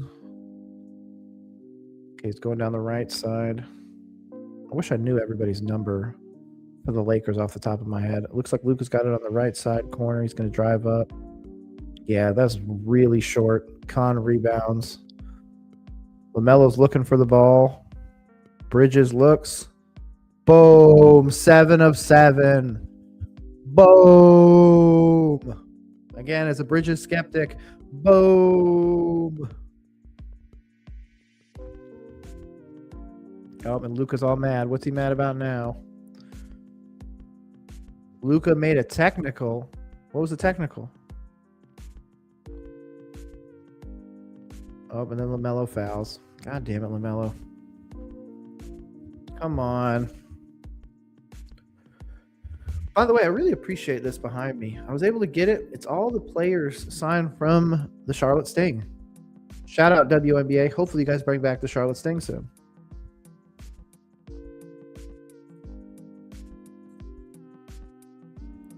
Let's see. Come on, guys. LeBron goes right. Oh, that was a beautiful backwards pass through the legs. Yep. Oh, LaMelo got the personal foul on that. Damn it. 77-62. This is what we were hoping for. A game where we're just able to pull away. Khan makes another 23 freaking foot jumper. Let's go. LaMelo, another assist. I'm really happy that I took the over on those assists. B-Mill misses after a Dayton layup.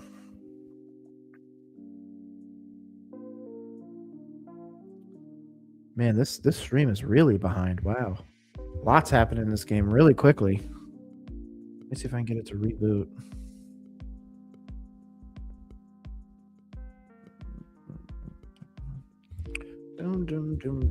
Oh. Of course it wants to mess up.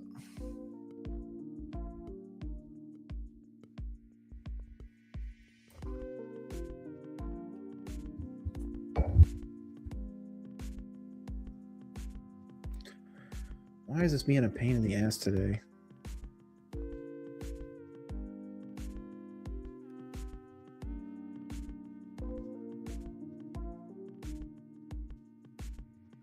I don't want to watch WWE live streams. I want to watch the goddamn Charlotte Hornets versus the goddamn Lakers. Stream corner. What are we doing? Come on.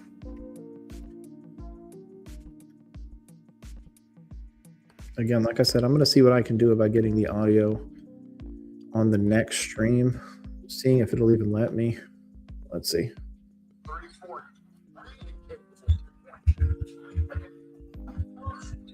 Oh, I see him going down to 8. Let's see. Come on. I see the drive down the center. Floater. Rebounded by James. Drives down. Ball. Boom. Fantastic dunk by LaRavia. What a fantastic pass, man. Immediately attacks. Ball straight down, and there was nothing Bridges could do. Yeah, there's no foul in that play.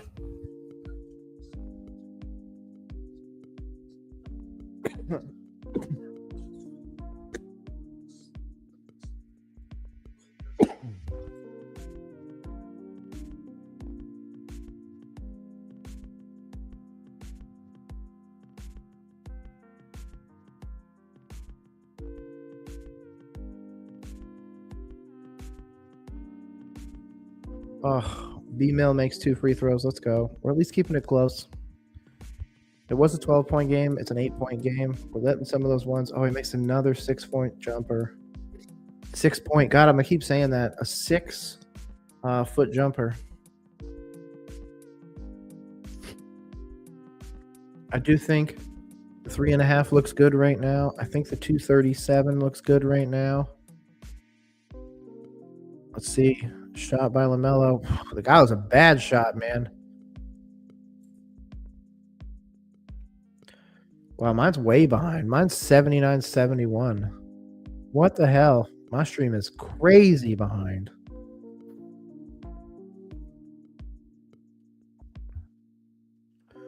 Yo, man, what the hell? Why can't I find anything that's actually, like, updated and going? This is what happens when they make NBA Sunday Ticket so hard. Okay, this one's better.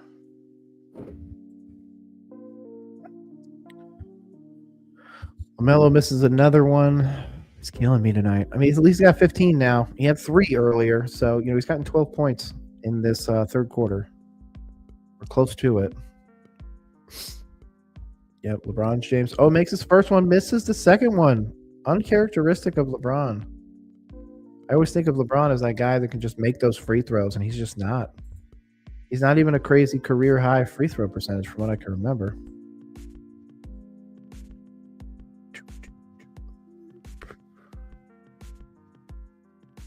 Yeah, career is like 75%. I mean, it's still really good, but you get what I'm saying. Khan makes another one. Look at this. 20, 15, 15, and 12. Luka's the one going off on their team. Luka's 11 of 19 for 28.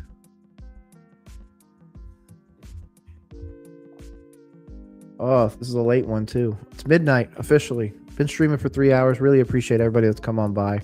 Averaged about 10 viewers the entire time. Again, really thank you guys.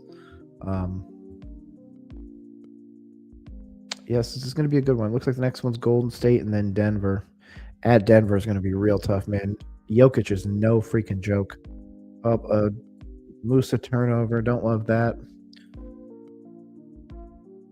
74.1% chance to win, man. Come on. Let's hold out. We still got this and a whole other quarter. Still a lot of basketball still left to play. Cannot let the foot off the gas. Let's see. My screen is going to show the Khan three-pointer now.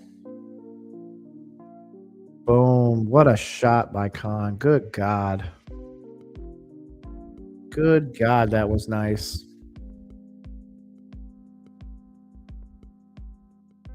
Oh, and I pulled up the Real app. Shout out John Real. Oh, what a horrible two they gave up to him under the basket. Man, the Warriors are still about it, huh?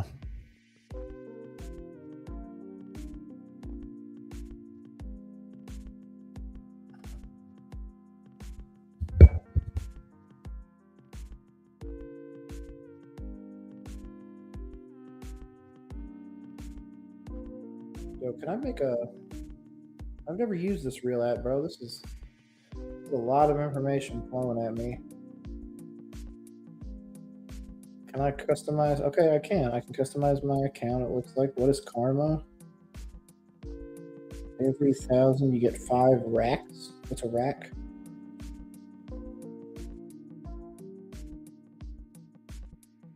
Interesting. And what is this? Pro.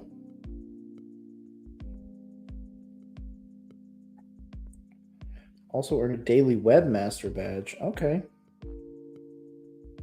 Okay, Real. Okay, Real. I might actually have to check this out. If you guys haven't the Real app, I'm going to have to check this. Okay.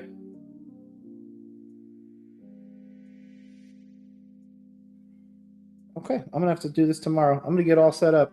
I'm definitely going to be checking out this Real app. Let's see what we can do. Let's see. Golden Knights. That's tomorrow, right? Oh, that's 3 days from now. I thought I was playing the college football thing tonight. I was like, no way. College basketball, we got Gonzaga and them.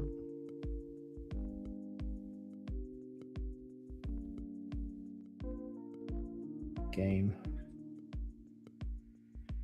Yeah. This is definitely an interesting one. I might have to do that instead. Put it on my phone. Put the Real app up here. Bring in some people. We can have some freaking conversations. I'm definitely going to have to expand it. Again, if you guys want to come on and come and hang out, you absolutely can. I made sure to put it in the description. I will make sure that this is, something that people can come on and have a conversation. Can discuss the Hornets. In fact, tomorrow I'm going to be having a discussion with Nolan. Shout out Autistic Panthers fan. Be having a discussion about the Carolina Panthers, the ending of that season. I know he's also a Hornets fan, so we'll be able to pry his mind a little bit about that. Also, really awesome for not only the channel, but our Hornets. Del Curry's getting that jersey, finally retired. So I think the team is able to rebound.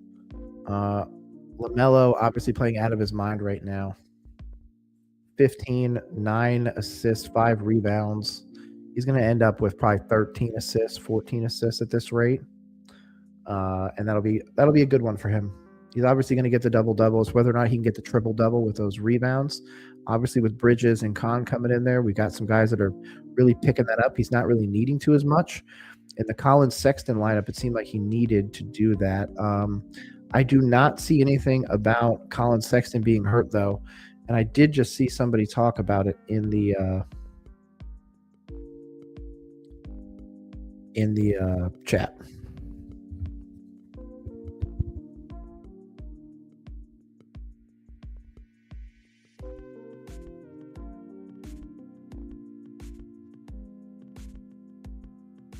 Somebody saying stop, let the Lakers win. Hell no.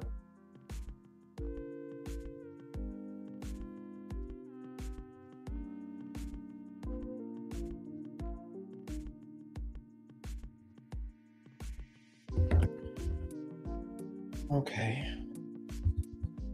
There we go. Still up 9. Still have control of this game. Oh, I love the way Luka was playing defense right there.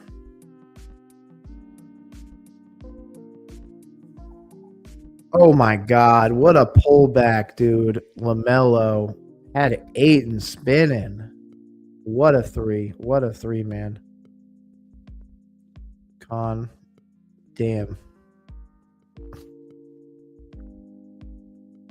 18 for LaMelo now.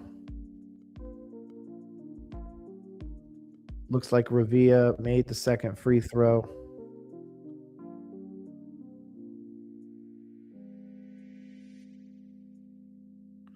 $153,000 people watching this right now. Shout out.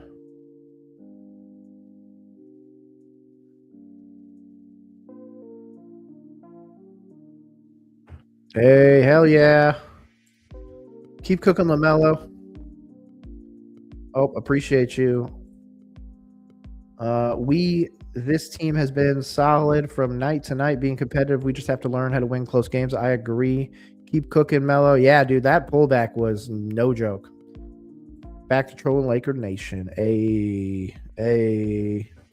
Yep, I agree. Defensive rebound. It looks like he did miss that step back jump shot. We just need to keep it close. Like, I can't have LaMelo doing these random just shots. And now he's got another shooting foul.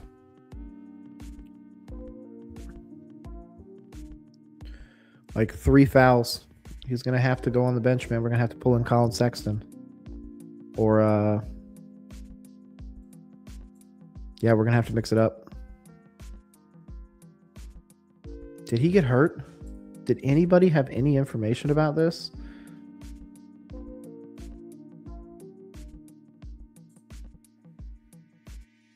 Weird. Very weird. Colin Sexton's back in. Let's go. If Jameson was still here, I'd tell him Colin Sexton is back. Oh, I saw that little.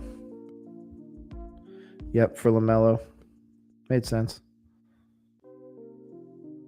Dude, Luka, I was about to call him Doncic, only made one of his free throws, it says. 1 of 2 free throws. Miles Bridges hits another one. Layup by another one for Ayton. Ooh. Man, we need to put more behind us. There we go. Another layup. Miles Bridges misses another one. That is not good. A miss 2. Miss 3. Defensive rebound. God damn it. I got my phone right in front of me, so it should tell me as well. And then Luka hits a 3. God damn it. Yeah, we're going to have to call that timeout. What the hell, dude? We were up 12. Now we're only up 4. What is happening? What the heck is happening? Genuinely, what's happening to this team? I might have to stay around and listen to the Charles press conference after this. I mean, that was that fantastic 3 by Bridges a while back. The stream is so far behind, and I'm even watching on Spectrum right now. Like, that was a horrible jump. That was a horrible jump, Sexton. You allowed Ayton to get that ball down low. Ah, but man, we got to get this together.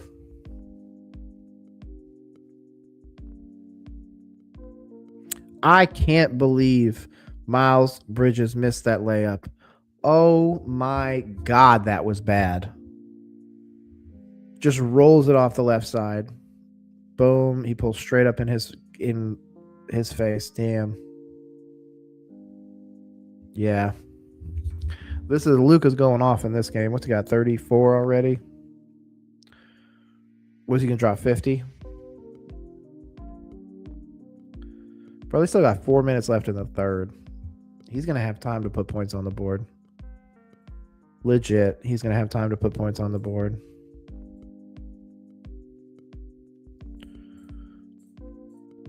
Can't be doing this, dude. Can't be doing this.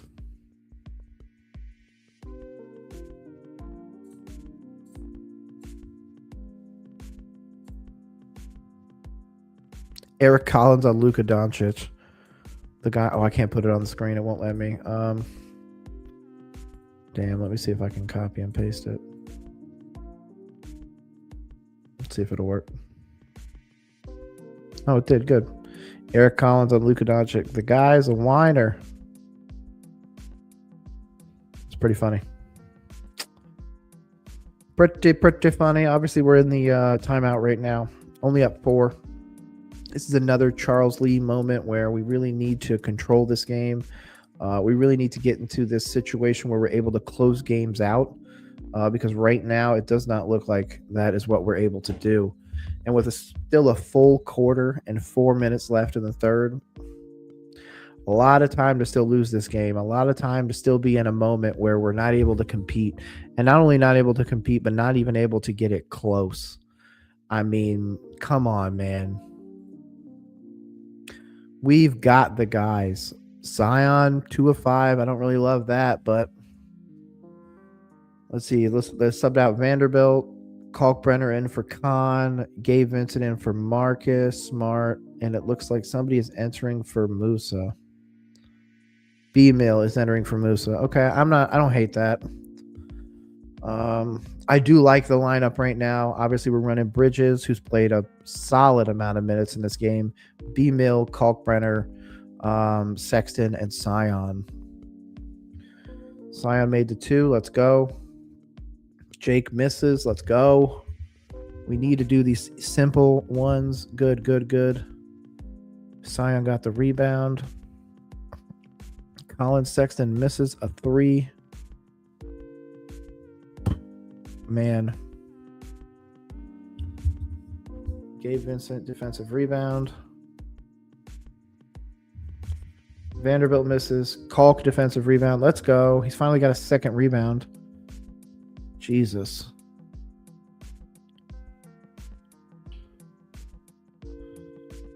This is just not good. Jared Vanderbilt misses his 3. Oh. Foul on LaRavia. Oh, they're giving it to Gabe Vincent. Oh, they're putting Buffkin in.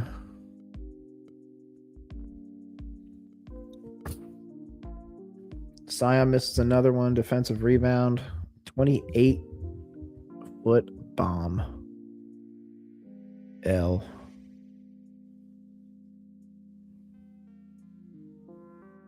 Legit an ass off. Somebody said pass the Bridges. Like, who the hell are you? Blasphemy. That's so funny. Fast break. Let's go. After a con steal. What the hell? You gotta buy packs? What are packs? Why are there packs? Missed another 28-foot bomb by Rui. Come on. Up 8 again. We got to hold this. Free throws coming for Brandon Miller. Let's go. He should be able to hit both of those. Shouldn't be an issue. Should not be an issue at all.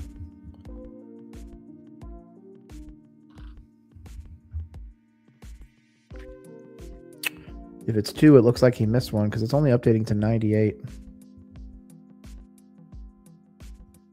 Yeah, he only made 1. Damn. Missed that second one, it looks like. LeBron James in, Ayton out. Hachimura for Vanderbilt. Oh, I'm sorry. 4. LeBron for Rui, Ayton for Vanderbilt. My bad. And then he enters for Luka. How did he enter the game twice? Oh, they're updating it. B-Mill makes the second free throw. Okay. I thought he missed it. Damn. Okay, good. We're up 10. Let's just keep this going. Good momentum. Distribute the ball. LaMelo's got LeBron just got a driving layup. LaMelo's got the 3 fouls. Sion's got 3. B-Mill's got 2.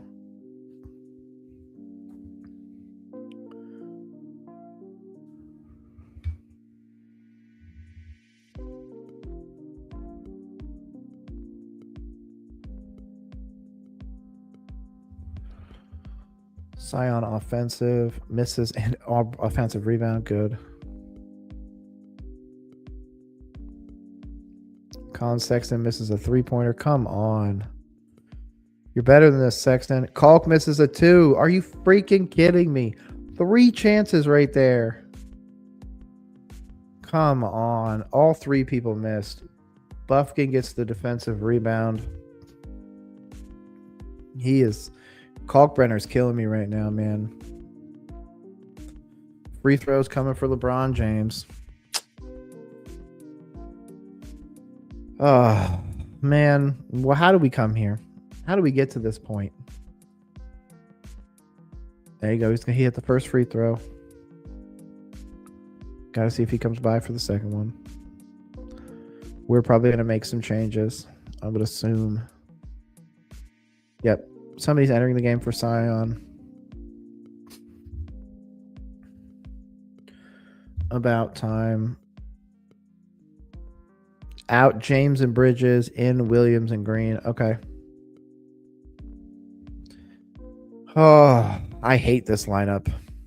I truly hate this lineup. What are we doing? Is this just for the last minute 13 to try and not sieve and lose this game? Because this could be a moment that makes me not like Charles Lee setting this lineup. Good God. And then obviously he makes the second free throw. Ayton blocks Josh Green's 3-foot shot. Kalkbrenner, good rebound and 2-foot shot. I still feel like it should be a dunk. I don't feel like you should be going up there doing these simple little layups. I don't feel like that's a bad ask either. Josh Green defensive rebound. Let's go. After a Gabe Vincent 23-foot miss. Oh, that looks like a 3. That looks like a 3. B-Mill 26-foot bomb. Let's go, B-Mill. Shout out Colin Sexton for the assist. Yo, my stream is so far behind. It's still showing LeBron James shooting free throws. That's how far behind my stream is. Okay. LeBron misses a layup. Offensive rebound. Gabe Vincent misses a 28-foot bomb. Grant Williams rebounds. Now we're out rebounding the shit out of them. It's really not even close. I don't care about Pat McAfee. End of the third quarter, finally. Okay, that lineup wasn't the worst. We're still up 11. This is honestly where we're at. Back to trolling Laker Nation. Let's go. Hornets all the way. Yeah, we're still building. 14 wins. I feel like we should have had more by now. To be honest, I feel like we should have had 18. But there's just moments where we just can't close it out, like people have said. Oh, here we go. The B-Mill 28-footer. Boom, man. He pulls up from like damn near the logo. That was awesome. Shout out B-Mill. Oh, so obviously it's third quarter. Oh, they're giving me some more. I should take Charlotte to win, right? There's no way we collapse this bet.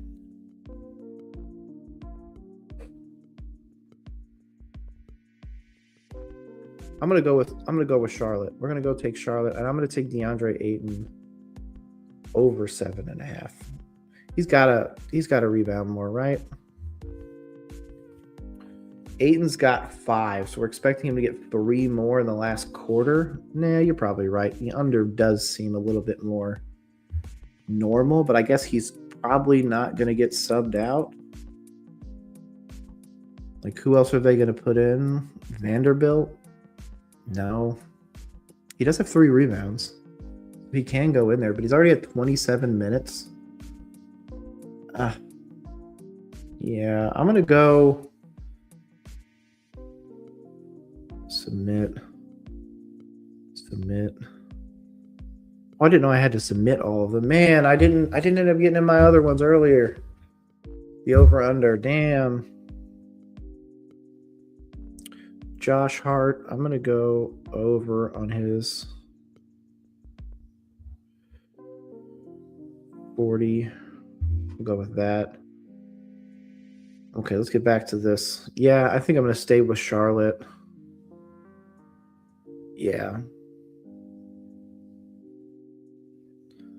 Luka out? Nah. That's not how it's going to happen. Free plus 176? Get the hell out of here. Hornets W. Yeah, I hope so. Shout out to everybody watching on the Real app. I'm going to go under on the 8 and 7.5. That means he only gets 2 the rest of the night, the last 15 minutes. Okay, I'm going to take it. I'll take the over, even though I feel like it should be under. No, I'm going to get out of it. I'm not going to bet on it. Nope. I'm not going to take the 8. I'm just not.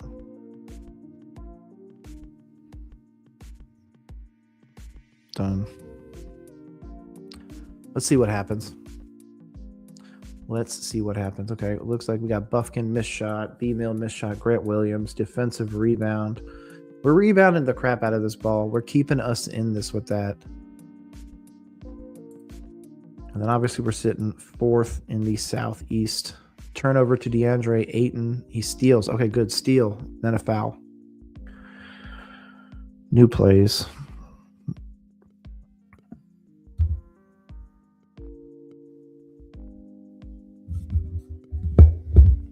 Come on.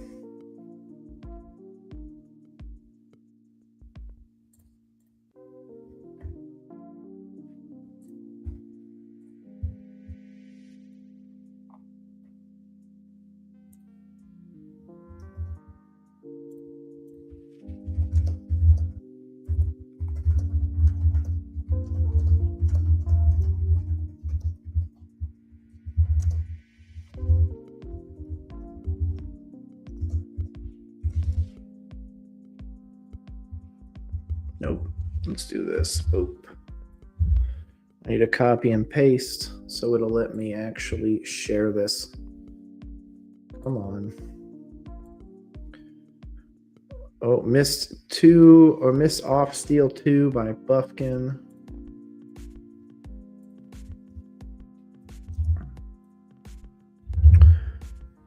Stoppage on an out of bounds. Okay.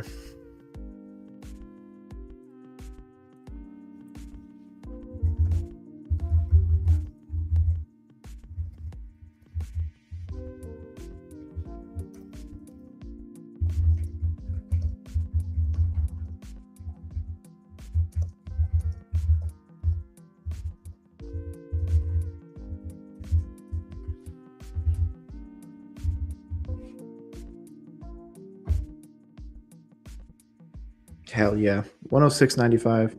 Colin Sexton makes a 13. This one says 14 footer. Regardless, free throws coming from Marcus Smart. We are actually able to stay close in this. I cannot believe it. We might actually be walking into a dub. Marcus Smart missed the first free throw. Colin Sexton did take the foul, it looks like.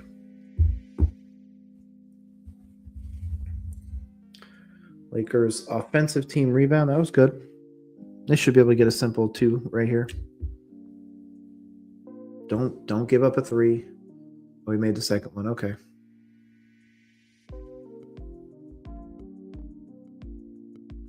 Oh, Kalkbrenner now getting free throws as well. He's not really a career great free throw shooter from what I can remember. Let's open up the game log. A free throw, 40, 50% at times. Obviously, it's going to be a little bit skewed. Right now, he's 73.5. Damn, he's shooting LeBron level free throws. Damn. I didn't know that. Kalkbrenner's actually playing out of his goddamn mind. Offensive team rebound. Let's go. Hit that second one, bro. Come on. Don't go 0. Don't go 0 for 2. Come on.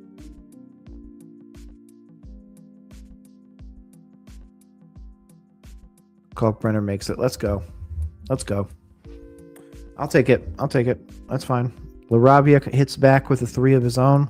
Cuts the lead down to 8.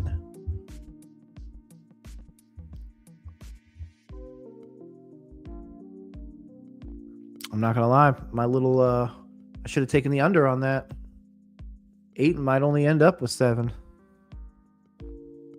B-Mill hits a 2, 12-footer. Let's go. Back in this. Still up 10.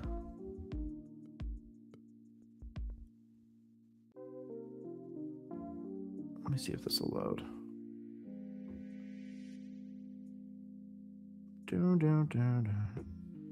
Golden Knights just won in OT. That game is now over as well.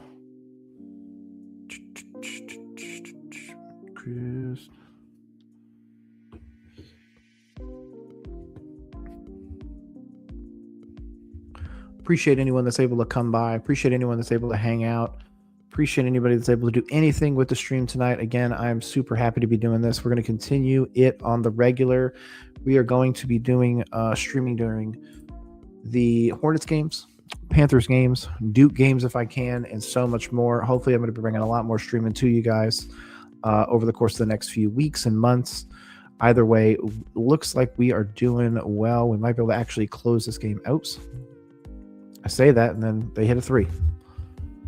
I'm sorry, back-to-back layups. Not a great start to the fourth, to be honest. He hit that 3 coming out of the third. 109, 103, man. We've got to keep it closer. Can't keep letting this. We've allowed a 12-point lead to slip from us twice.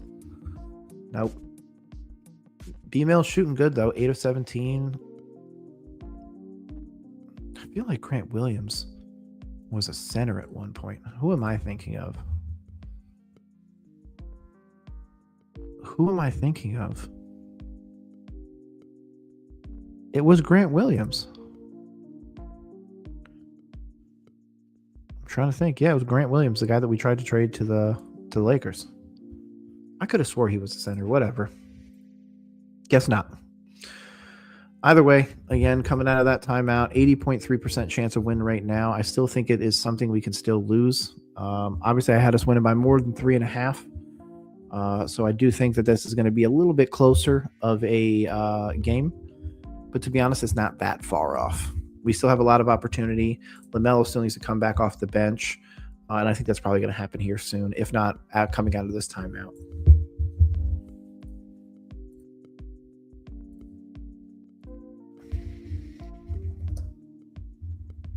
We are struggling.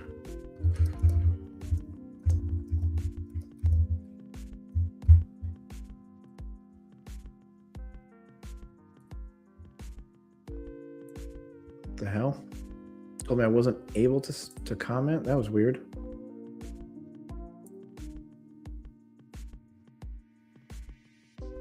Wow. Klay Thompson has the most games in NBA history with 25 points and 0 free throws attempted. That's crazy.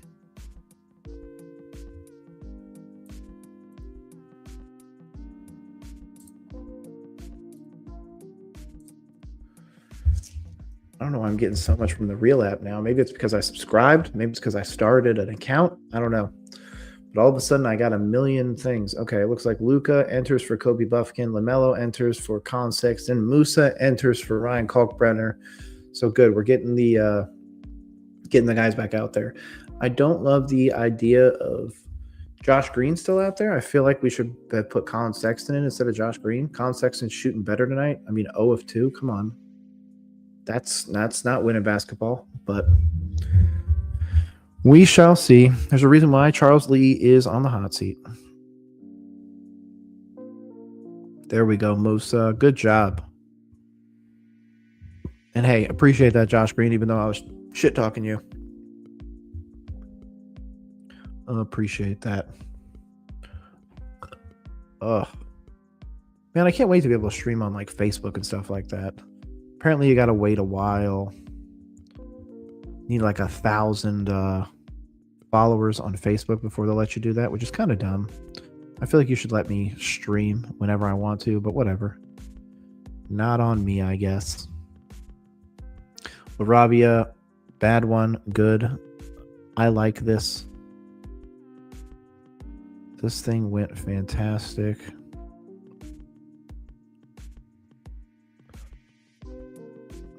Oh, Red Murdoch. Oh, that's mine. Yep, cool. Okay, cool. Yep, we are getting it done. 8 minutes left. There we go, LaMelo. There we go. Yeah, I can't fall into the camp. I'm not going to be one of those guys that's like, man, we need to get rid of LaMelo. I just don't see it. I don't see the way forward. I don't see the opportunity to who we're going to swap him out for at this point. There we go. We got a personal foul, so it'll take a second. But, like, he's 24, bro. So we're talking about needing an offensive leader. Who are you going to trade him for? Like, a lot of these guys are really not worth it. Like, honestly, I would be interested in adding Pascal Siakam to the team or something like that. But I would want one of these top guys. I would want a Jalen Brunson. Not Kawhi. He's too old now, but I did see the interesting one of maybe sending LaMelo to Golden State and then going and getting our guy Steph Curry, but I just don't think that's really the best option. Appreciate this 2-pointer by Con Knipple. Shout out B Mill for the assist. It looks like we might actually be able to close this game out. And not only that, close it out pretty well. I mean, we're still up 13. We went from up 6 to up 13 to down 6 to, I mean, we're just kind of all over the board. Again, Lakers call a full timeout. God, what a beautiful 3 by LaMelo. They just showed that one that he just hit. Got Marcus Smart and LaRavia just closing. Just hits it right in their face. And of course, he enjoys that, man. I can't blame him. The NBA is the one league that you can just get in somebody's face and be like, man, I'm better than you. And that is what I'm here for. It's what I'm always going to be here for. Charlotte Hornets basketball. Let's go. Good closeout, LaMelo. I do like the shooter sleeve on B-Mill. Or like the half shooter sleeve. It looks like it comes down like to his mid bicep and then he's got something on his forearm. Khan doesn't have anything. I think Khan could use a shooter sleeve. But shoot, man, he keeps playing like this. 6 of 9, 6 rebounds, 3 assists, 2 fouls. Keep doing what you're doing because you are doing it well. And again, once this game is over, I am going to be ending the stream. We're still up 13, still waiting to come out of that timeout. See what happens. And yeah, hopefully we can close out our first Hornet stream with a dub. First Hornet stream with a dub. Definitely excited. And like I said, I'm going to be involving a lot more people moving forwards. I'm going to be putting not only myself, but everybody else in the chance to succeed. I want to see more guys do more. I want to see more teams have fun. And I want to see our Hornets, just in general, do better. I feel like we are a center away from being able to do something good with this team. From not being the 14 and 26, but instead looking at that Lakers across the way, 24 and 14. That's where we should be at right now, especially if we were playing this kind of basketball every game. Obviously, Bridges, Jesus, I was looking at Brandon Miller's name and trying to think, but Bridges is the guy that we are kind of leaning on this game. But B-Mill's got 22, LaMelo Ball's got 21, Khan's got 17. overall, I mean, we are putting some stuff together. Obviously, look at those points. 23 on 8 of 10 for Miles Bridges. The 8 of 17 for B-Mill, just because he's taken some really bad shots. And then same thing with LaMelo. Just some really weird ones, but 6 of 13 and 2 of 6. Again, he gets one more. I mean, that's basically half. And then he's 5 of 5 from 3. So not going to be able to expect this kind of output every game. But, man, if we could just kind of keep the same energy. I don't even care about the same offensive output.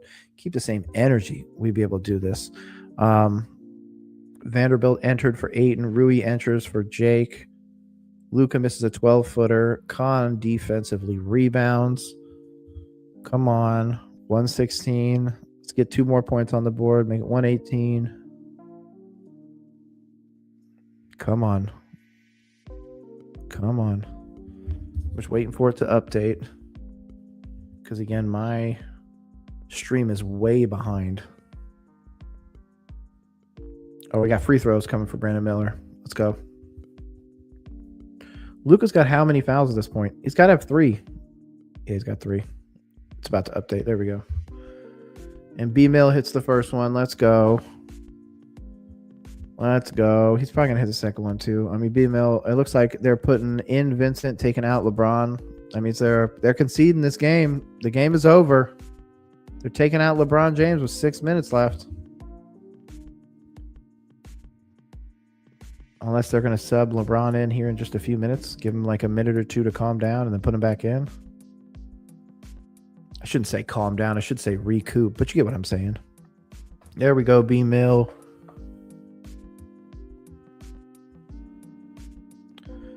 B-Mill. 98.7. Let's go, B-Mill. Luka hits a 27-foot 3.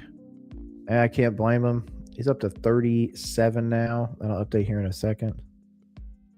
Boom, there it goes. They'll update that. But yeah, he's 37. Gonna drop a 40 bomb on us at this rate. LaMelo, let's go with a B-Mill assist. That's what we need. Rui, offensive foul. Oh, and it's a turnover. Let's go. Let's go. Yeah, they've all but conceded this game. All of that Luka Doncic getting angry, 37 points, is all going to be for naught. Let's go. Luka.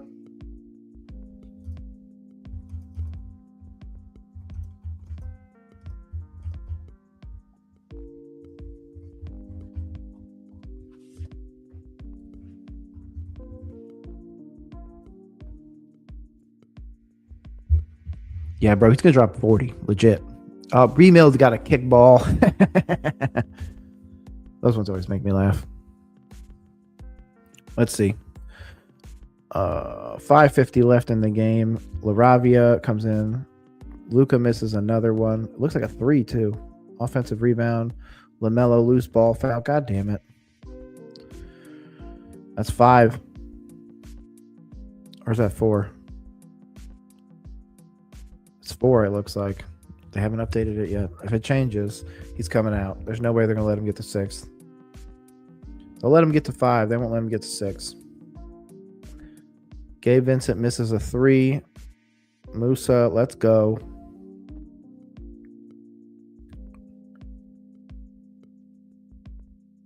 .26-foot 3 by Miles Bridges. Let's go. Bro, that means he's what? 7 of 7 from 3? It'll be 6 of 6. My bad. There it goes. Boom. Once this updates, I'll go see if it'll. It hasn't updated here yet. But yeah, he's 6 of 6 from 3. Wow. He hit another one. Oh, they updated it to a 2, a fast break 2. My bad. Luka got a 2, and then a Conca nipple 2.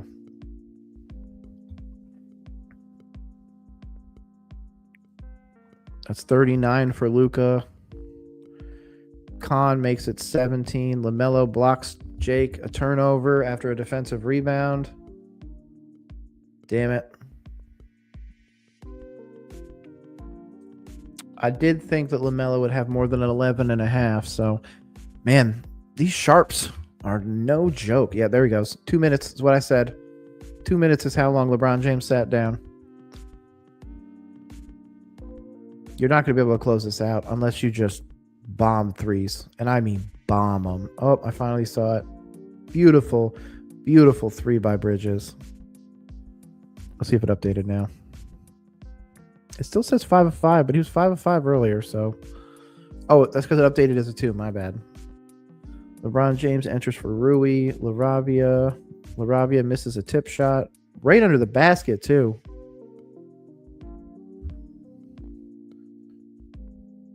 Right under the basket. Lakers team offensive rebound. Man, that's BS.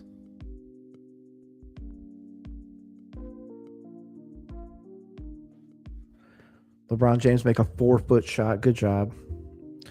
Come on, bro. 15, up 15 with 4 minutes left. If we lose this, what a collapse. If that's the case, I should fire Charles Lee immediately after this game. There's no way.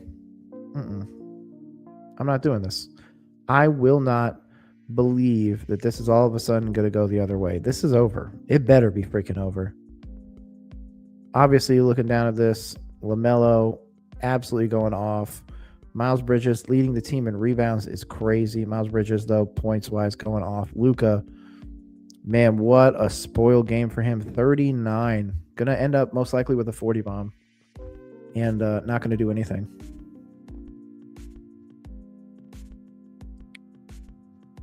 Oh, they did a jump ball. That's how he got it. Okay, I was like, what the hell?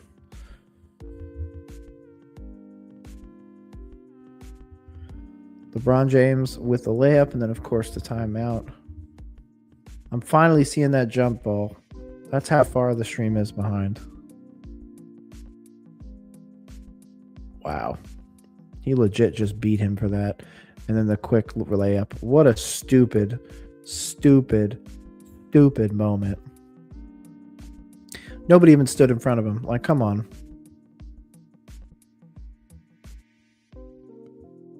But LeBron is going to have another LeBron game. 24, 8, and 6. LaMelo, 24, 6, and 11. Oh, speaking of, I did some thing earlier that Ayton, where's he at? 6 rebounds. Hilarious. He's going to end up with less than freaking 8 rebounds. I guess it's just a new NBA where you don't need a rebounding center like you used to. Let's go B-Mill. Khan ends with another assist. Luka misses a 3-pointer. Jared Vanderbilt tips it in.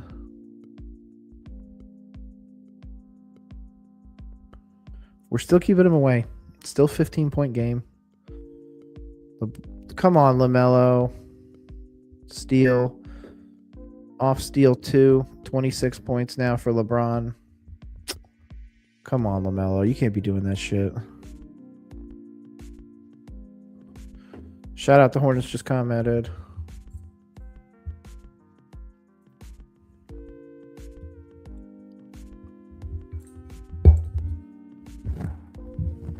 Triple double.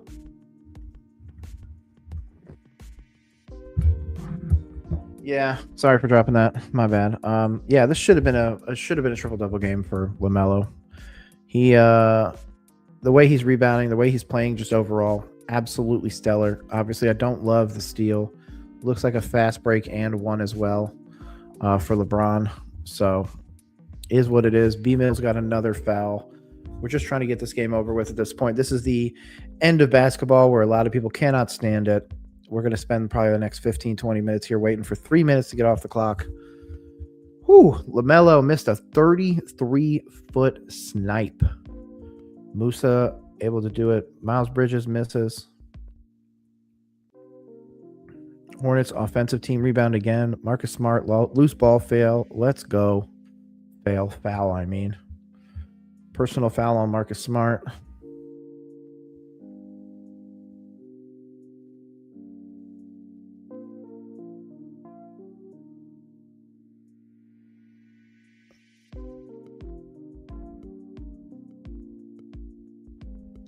Yeah. Somebody just said in the real app, why are they God, B-Mill misses another one. 14-yard 2. Jesus, 14-foot 2. Defensive rebound by LeBron. LeBron is now 27-9-6. Still down 12. Oh, down 10. LeBron James hits another 2. 29-9-6 now, I'd assume. Yep, 29-9-6. Come on, man. 10 points, 2 minutes. Come on, don't lose this. Please, God, don't lose this. Miles Bridges misses again. Musa rebounds.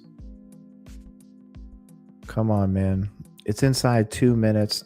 LaMelo just hit a 29-foot bomb. Does that say 29 or 26? It says 29. That said 28. Either way, then LeBron misses a 28-foot bomb. That means, oh, yeah, they're letting LeBron finish it out. They're not letting Luka play, are they?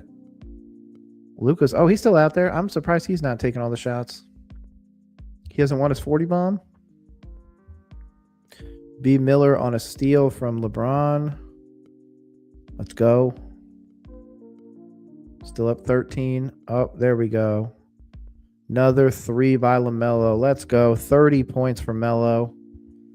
Man, it's gonna look great. To be honest, it's gonna overshadow the night that Luka's had. Luka's got 9 more points on a much less efficient day. 15 of 26 versus 10 of 20. Yeah, and then 6 of 11. I'm sorry, man. LaMelo is beating him right now. Full timeout by the Lakers. Doesn't really matter if the game's over. Minute 30. 20th team 3 shooting 47% according to the real app. Shout out to them. Dagger. Yep. It's over. It is over. Boom. Well, if that's the case, we're going to let it hit triple zeros, and then we are going to get out of here. Hopefully everybody has had a good time. Hopefully everybody has been enjoying the stream. Obviously, again, this is the first one. It's just kind of me. Haven't really done a ton of promo or anything like that, but I hope that, again, this is going to be the first of a whole lot of games that we are able to enjoy together. Not only as Hornets fans, but as basketball fans in general. I created roll coverage for one and one reason only. I wanted to oh, there you go. They're subbing everybody out. Game's over. Bronny comes in. Kalkbrenner comes in. B. Mill goes on the bench. Yep, full swap out. Game's over. Minute 30 left. Let's go. Dub time, baby. Dub time. Man, this feels good. It feels good to end the first stream with a dub. Not only a dub, but a big statement win for the Hornets. Cannot wait for this. Definitely going to be posting this up afterwards as well. Definitely going to be sitting here enjoying myself.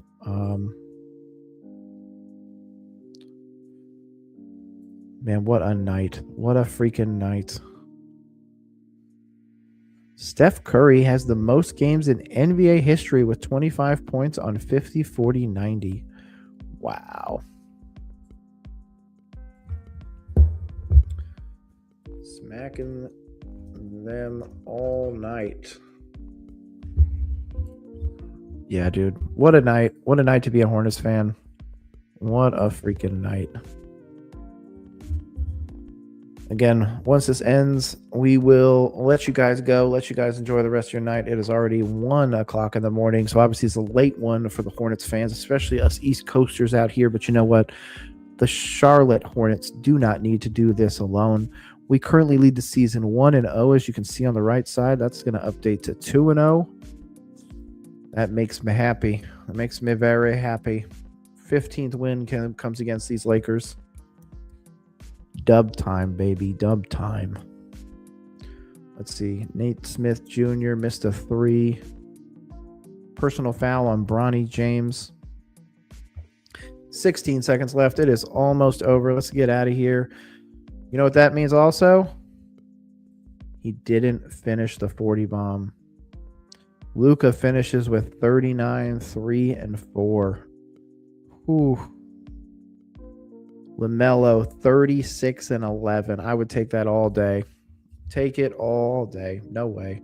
1.4 seconds left. Don't care about this. End of the fourth quarter. Game's over. Let's go. Charlotte Hornets get the dub against the Lakers. Hopefully you guys enjoyed this one with me here today. Obviously, I had Rob and Zach in earlier talking about some Panthers, but now we end the night with a Hornets dub. I couldn't think of a better way to end it than right here. Hopefully you guys enjoyed this. Can't wait to see you in the next one. And at almost 1 a.m., it's time to sign off. Peace, guys.